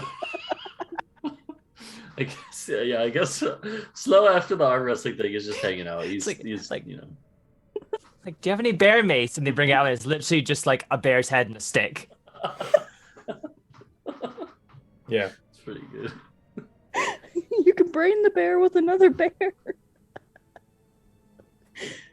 Are you ready to leave the dragoness's comfy home? Ollie can't bear us anymore. I was so hoping that you guys would not, but totally use that cursed potion of strength during that arm wrestling match. Oh god. I'm like, at least it's a controlled environment. A dragon's lair is not a controlled environment, Ori. What if Snow went For mad and that. they started attacking Keith gave that as a everyone? gift. Like, That is we not a made good this place to potion. test that. What are you talking Which is about? why it's a great This is idea. the perfect place to test it. Yeah. You can start your way down. Anything you want to do on the way down? Any conversations you want to have now that you are free from the dragon's lair and making your way back down the wisping winds of the mountain paths? That went as best as it possibly could have gone. Mm-hmm. Also, it's really loud out here. Is Sabril doing the Legolas walking on top of the snow thing while everyone else is like Trudging. Yeah. A little bit. You're not quite that. Funny enough, Snow also kind of does that as part Frost Giant. Quite light on the snow. So you're not Just, like, super about- special. Maybe halfway down, Peep's just gonna blur out, I'm gonna become a dragon. Yeah, I thought that might happen. Snow is I'm gonna like, do it. Snow is like, is that possible? I don't know, but I'm gonna find out. One way or another. You want to be like that dragon? Not like her, but just She was a little. He doesn't Say it, anything. Snow. No, he doesn't say anything. He trails off because he like looks up the mountain. He's like, is she listening still? Probably. like, I mean, she was strong and like she bumped me with her nose and I got knocked flat over. If I'm gonna be strong, I'll do anything to be strong. If that means becoming a dragon, I'm gonna become one. In that case, I will follow you to see it through. Let's do this. He's just gonna like make a warlock pact, and the condition is that he turns into a dragon. Sabril is currently Win-win. resisting the urge to quip at Vincent, being like, "You have a thing for dragons, don't you?" Like he's mentally thinking that. And before, Pete was the big bad the Oh, entire shit. time. Yeah. So when we reach Grim, if we reach Grim, We could is just give her the skeleton. yeah. A servant you don't have to feed! How's Grim doing? Grim has made a friend. Oh no. The squirrel? You ask what how Grim goes like, I've been working on some of the master's magic. I have a few moves of my own now. And he will kind of twist and move the spell book, and little rings of magic will appear around his bony fingers, sort of clad in gloves, and from the snow, something will rise. A very odd-looking combination of bones, with a strange kind of long fanged skull, he seems to have control of his skeleton. He kind of like shifts and moves it and goes and it kind of he walks a bit and it follows. It's not like even as controlled as the kind of like skeletons you first encountered. This is much more of puppetry right now. Please roll nature checks, everyone. Just to see. I am concerned. Peep dum dum about nature. 11's pretty No, good. Dum-dum. No, that's dum dum. My internet's going so slow right now. Yeah. Snow, you realize that is a bear's skeleton. God damn it. Okay. There it wasn't is. There it is. I wasn't gonna let you do it all session and not have a weak little punchline. Snow's gonna be like, where did you find that? In the snow. Well, He motions to everywhere. I'm glad you've entertained yourself, Grim.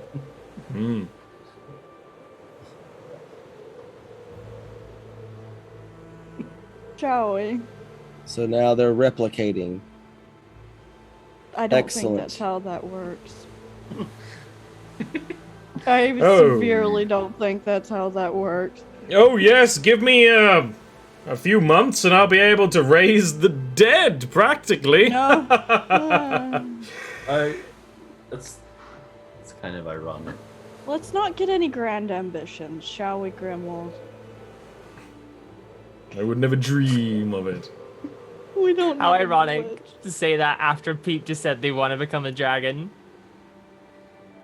No You, grand ambitions There's a now. difference between a dragon and a lich. Draco Lich. Oh, yeah. I wasn't even gonna go there. Yeah, I wasn't even gonna go there. That was not even on the spectrum of choices. No, the spectrum of choices was dragon or lich. If Sabriel has to support one or the other, we all know which one he's going to pick. Grim, would you... I apologize for not bringing you. Would you have enjoyed a feast with cloud giants? No. Oh, there was a dragon too, by the way. Oh, and a dragon. His jaw just goes in shock. She was big and kind of scary. I've known many people like that in my time, Peep. Interestingly enough, though, she kind of set us all on a path. Did she?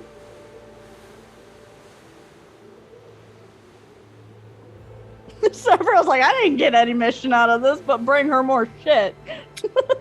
Bring her more shit. That's a mission. I was like, Sabriel's like, I got nothing from this. It reminds me of that freaking quest objective in Cyberpunk, which is like, give so and so $50,000. It's like there for ages because it's like, I gotta make $50,000. It's not a quest. That's a debt. Listen, Sabriel's just gonna go home when they all go back to his house, grab something dragon that would be like, oh, shiny for a big lady. It's probably something of Fenn's because she's a big lady and she likes certain shiny things. So he's gonna get something of hers and take it back to the dragon. So you lady. are gonna come back to the dragon lady. That's good. He keeps his word. He just doesn't know when that's gonna be. He's 900 years old. He has no concept of time. It would be late by the time you climb down the mountain. Do you want to camp at the base camp of the mountain? Do you want to kind of start trekking back and make some progress after quite a few days of delay? In fact, actually, it would be New Year's Eve this evening. A day for celebration of Vincent's. After all that traveling. Wait, are we in the place where we need to be, or are we No. back in Lendr? You are still in... You are in the middle of the way to Winterbuck right now. Oh, okay. You have just gone back down the mountain. Has Vincent told us that it's like a day of celebration? Yes, he has shared that information that he will be celebrating it, and that not to be shocked when that day comes if something happens. He doesn't allude to what, just if something happens. I mean, I guess we could probably stop a little early and like set up the big tent and stuff. Oh, right, you have the big tent. Yeah. Yeah. Yeah. Like, you probably move enough so that you're not staying exactly where you set up with the animals and stuff, just to be further away. Yes, the bear does come with Grim. I would expect nothing less. Yeah. But okay. Yeah. That makes sense. And you can set up a camp under the northern skies. There's definitely a little bit of northern lights around here. You can see the constellations very clearly because there's no cities to cloud the skies with light pollution. So you can actually clearly see, because it's the end of the year, the constellations changing. Every month there are 3 constellations in the sky, and every month one disappears, another one appears. And there are 12. So you can see that process happening of one of the constellations fading out and another one kind of fading in, not quite in its place, the stars kind of twinkling and almost moving. If you concentrate and watch long enough, it looks like they're moving, almost like a clockwork contraption. I just had Pete, while we're setting up our camp, Sabriel's gonna pull out his art supplies for the toys and just in general because that's what he does, and he's gonna sit out. He's gonna be like, "Hey, Peep, I have an idea for the toys, but also for my return gift for our recently discovered shiny friend, who is the large woman." Huh? Mm-hmm. What is it? Maybe we could try to make the toys into little dragons. Ah. But also, I could paint a picture of the dragon for the dragon. That's a good idea. Mm-hmm. Her ego. Mm-hmm. Yup. Exactly where he's thinking right now. Like, stroke that ego. Do you want to help me? I think Yeah. she would like the input from you. Yeah, let's do it. I'll teach you how to paint if you don't know how already. Yeah, I've never really painted. I'm good at carving, but never really painted. You can show me how to properly carve the toys, and I can show you how to paint. How Yeah. about that? Sounds like a fair deal. Mm-hmm. This episode's sponsored by Skillshare. Sorry. Very good. No, very good. Very well done. Only I respect for that would. one. No. That's the most highbrow humor we've had all night. Quill, we need to record a meme of Peep and Sabriel doing like a tutorial of some sort. So, Vincent, as you go and get, firewood and roots and things, and maybe some berries, survive the winter for the camp, Peep and Sabriel are working away on their little project. You know, That we as haven't everything's told excellent. anybody about. No, by but the you know, way. it's noticeable you two have been hanging out at camp, you know, together. Just like hunched over stuff being Not in a sauced. suspicious, you're hiding things way, just in a, they're hanging out and working on things. Getting along. So as you are coming back on New Year's Eve, let's come a little sight. Vincent returns with the firewood and sets it down for Snow to start working on the fire. He goes back to his pack and he reaches in. He pulls out 3 small parcels, and he walks up and he hands one to each of you.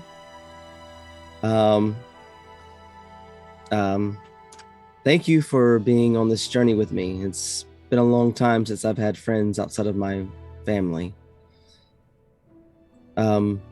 But please, these are just a token of my gratitude and of your friendship and hopefully of mine.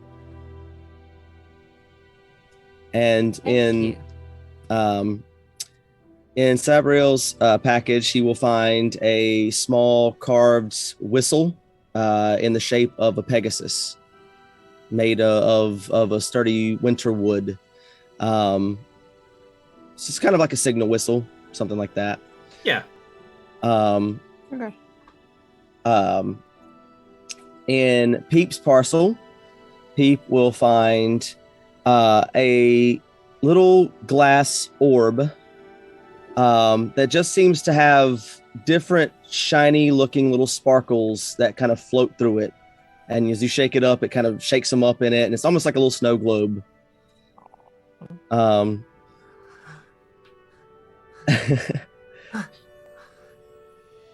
you. This is... And then Snow will have a necklace in his, an octagonal glass disc. And in the center of the disc is a preserved snowflake. And it's just things that he saw as he was walking around shopping that reminded him of each of you. I would be surprised, but he would just look very gracious and say, "Thank you, Vincent. I apologize that I don't have anything in return." You've been received, my. Sabriel's gonna open his sketchbook that he's been painting in every day whenever we stop, and he pulls out a picture of your horse and he hands it to you in return for the whistle. This is excellent. Thank you. Very good representation of the horse. It's got not Zelius in the background, but he's added wings to it. Yeah, you can tell when he got kind of like bored. just got a thought bubble that just says, "I'm not Zelius." That's very sweet, the idea of like old man Sabriel kind of doodling on his own paintings. He does, though. He does. Yeah. There's probably a picture of Ballard in there somewhere, and he's got a fucking mustache and shit. He should have a mustache. If only he could. He gives him a big, nice curly one, like really nice, like.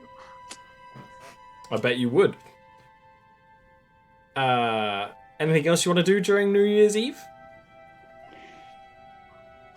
How much of that vodka's left? Enough. Oh, no. This is probably be the last evening of it. Yeah. Tonight we Say something. revel. Tonight we revel in the glory. Sabriel will cast Fairy Fire on some, like, shit that he, like, flings out in the middle of the Ooh, thing for confetti. Pete to be like, ooh, shiny. Only for Peep. No one else is allowed Only to be for Peep. impressed.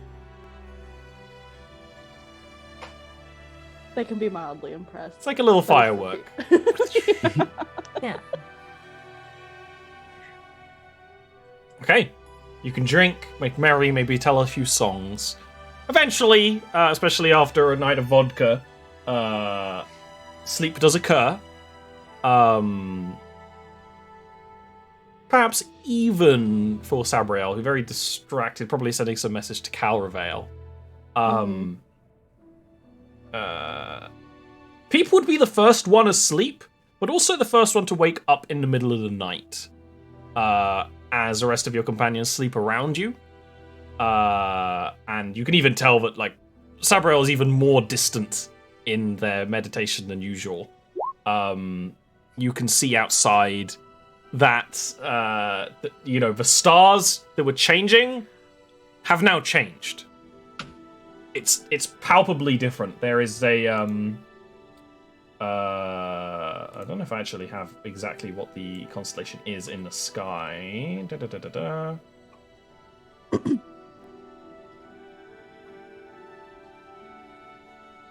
It's kind of like a shield shape, I believe, the new one that appears during the Feldspar month, because it is the first of Feldspar.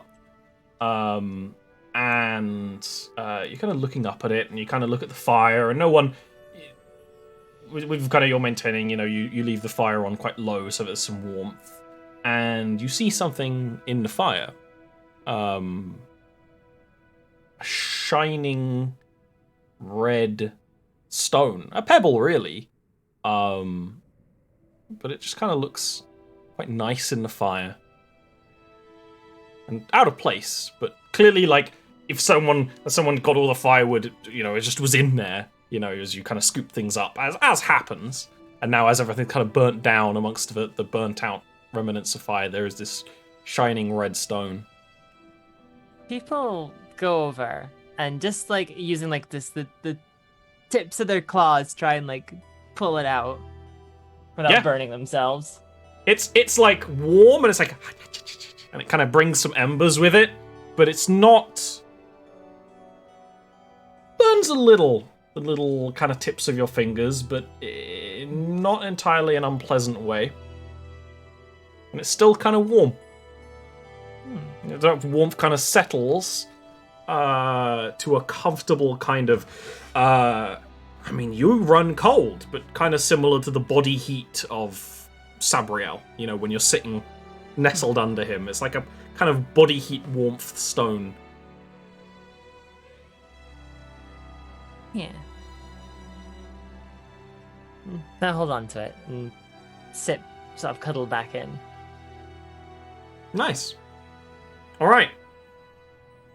For the next day, you can keep on trekking further. Anything you want to do or discuss, first day of the new year early on as you're packing up camp and getting going?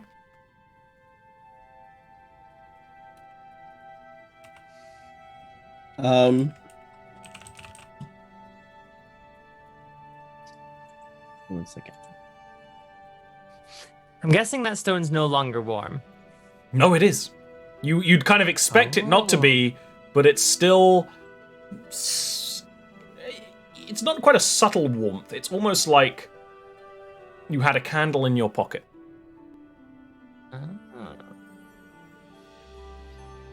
Does he show this stone to us? Probably not, like, immediately directly, but, like, when we're, like, setting up, like, Peep's like, and, like, feels it, and, like, it's still, like, I'm assuming it still has that, like, little bit of a glow about it. Not, like, little bit bright. It looks like slight orange. Yeah, it's already like a red stone. Like the stone of it is red. It might be like an unpolished, not a ruby, but some kind of gemstone. But it's still, it would still have a little, very subtle glow of like ember heat. Yeah, like after, like, sort of looking at, like, sort of thinking, Sabriel, do you know why, like, sort of holding out, this stone's so warm? I kind of saw it in the fire last night and picked it up, and it was really warm and it was nice, but now it's still warm. And you just touched it with your bare skin. Yeah, I mean, it burned a little, but, like, it was fine, and it's still I'm just... not concerned about the burning part, much less other things. Still just warm. It's I'm nice. not gonna touch it. Can I cast detect magic on it? Yeah, it seems like a stone. Maybe it's made of a strange material that holds the heat for longer, which exists. But it's not giving off like any.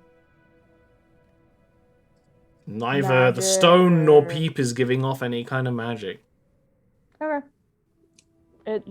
He'll explain that. Does he know what this is? Can I roll to see if he like what kind of stone it is, or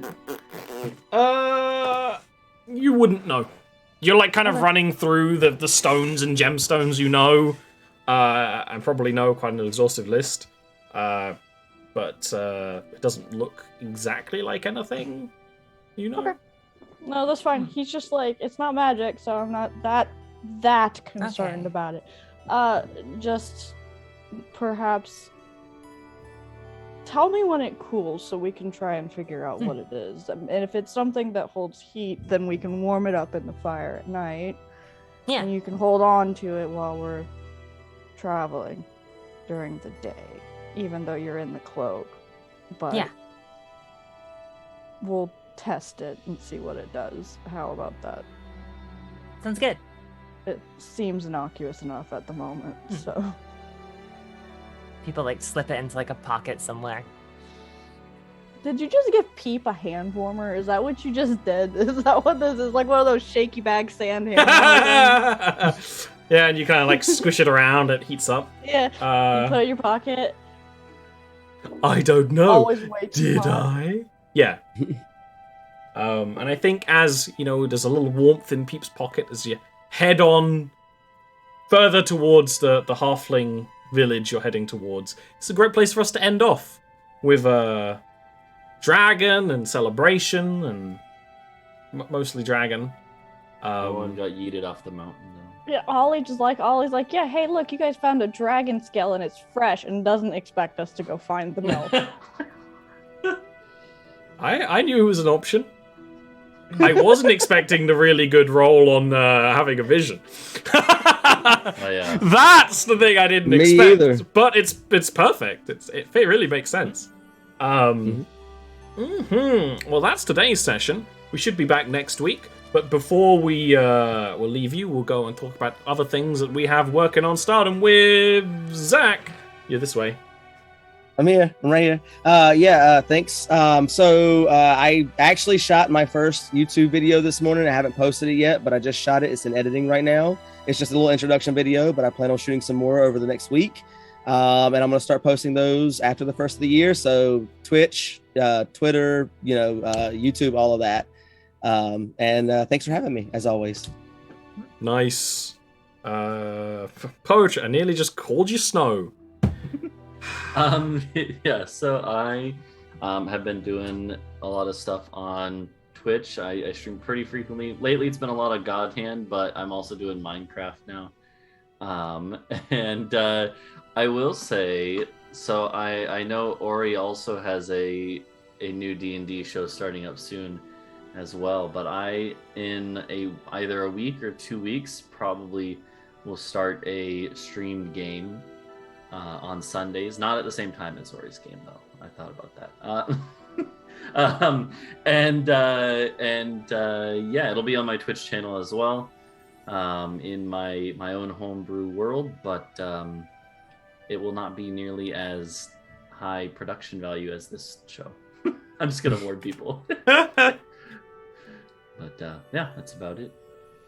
Luckily, with D&D stuff, the production value, it's nice, but it's just polish in it.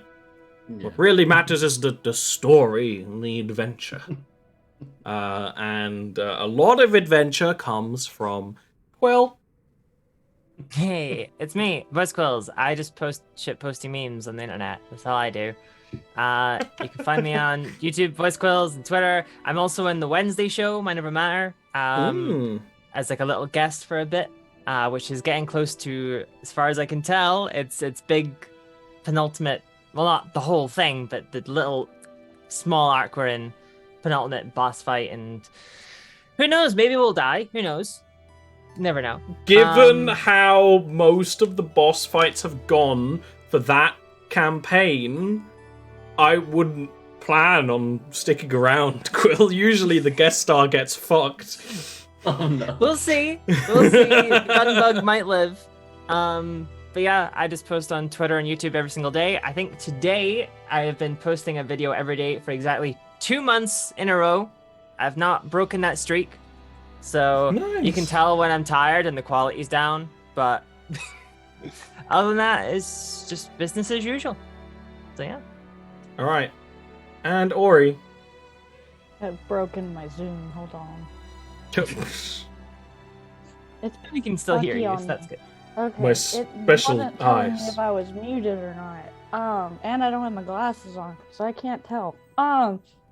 Anyway, hi, I'm Ori. We are supposed to do the Lord of the Rings campaign starting tomorrow, but I have family stuff that has come up this weekend that I'm going to have to do tomorrow. So I will post the new start date later when we determine what it is. But also I have commissions open. I will draw your art for you. I'll even draw spicy art. I will not draw the spicy art that was requested today in chat, but I will draw the spicy art for you if you shall pay me for it. But also I do regular art. Please pay me. I need food. But yeah, that's it. I started getting a migraine like 45 minutes ago, and my brain's been dying since then. So that's all I got today. I'm done. That's how it be. Both me and Ori are the chronic illness gamers. Very powerful. Yeah, I'm looking forward to that Lord of the Rings game when we get to start it, which will be whenever it is comfy. It's looking like the 19th, maybe, question mark. Maybe question mark. But of course, you can find out about when more about that on my Discord. If you aren't in that, go ahead. That's where I post information about what I'm doing, as well as Twitter. All these VODs are on YouTube if you're watching on YouTube. Hi! The show is also supported by Patreon. For $5 or more a month, you can get access to extra Patreon shows. There is a weekly Monday campaign set in the mountaintop market city of Udar. Different continent, different part of the world. Still snow! Lots of snow. And there's also a game using a Pokemon rule set that's a lot of fun. Much more chill content there. I mean, chill content here today, honestly. And of course, there's Mind Over the Matter on Wednesdays at 7 p.m. GMT. I have a lot more things planned for that. And yeah, other stuff is kind of up in the air at the moment because of health. So we'll just do what we can when we can. And I hope you're here to join us. I am going to leave you now, and we're going to say thank you to all the Patreon supporters. And we'll see you next time.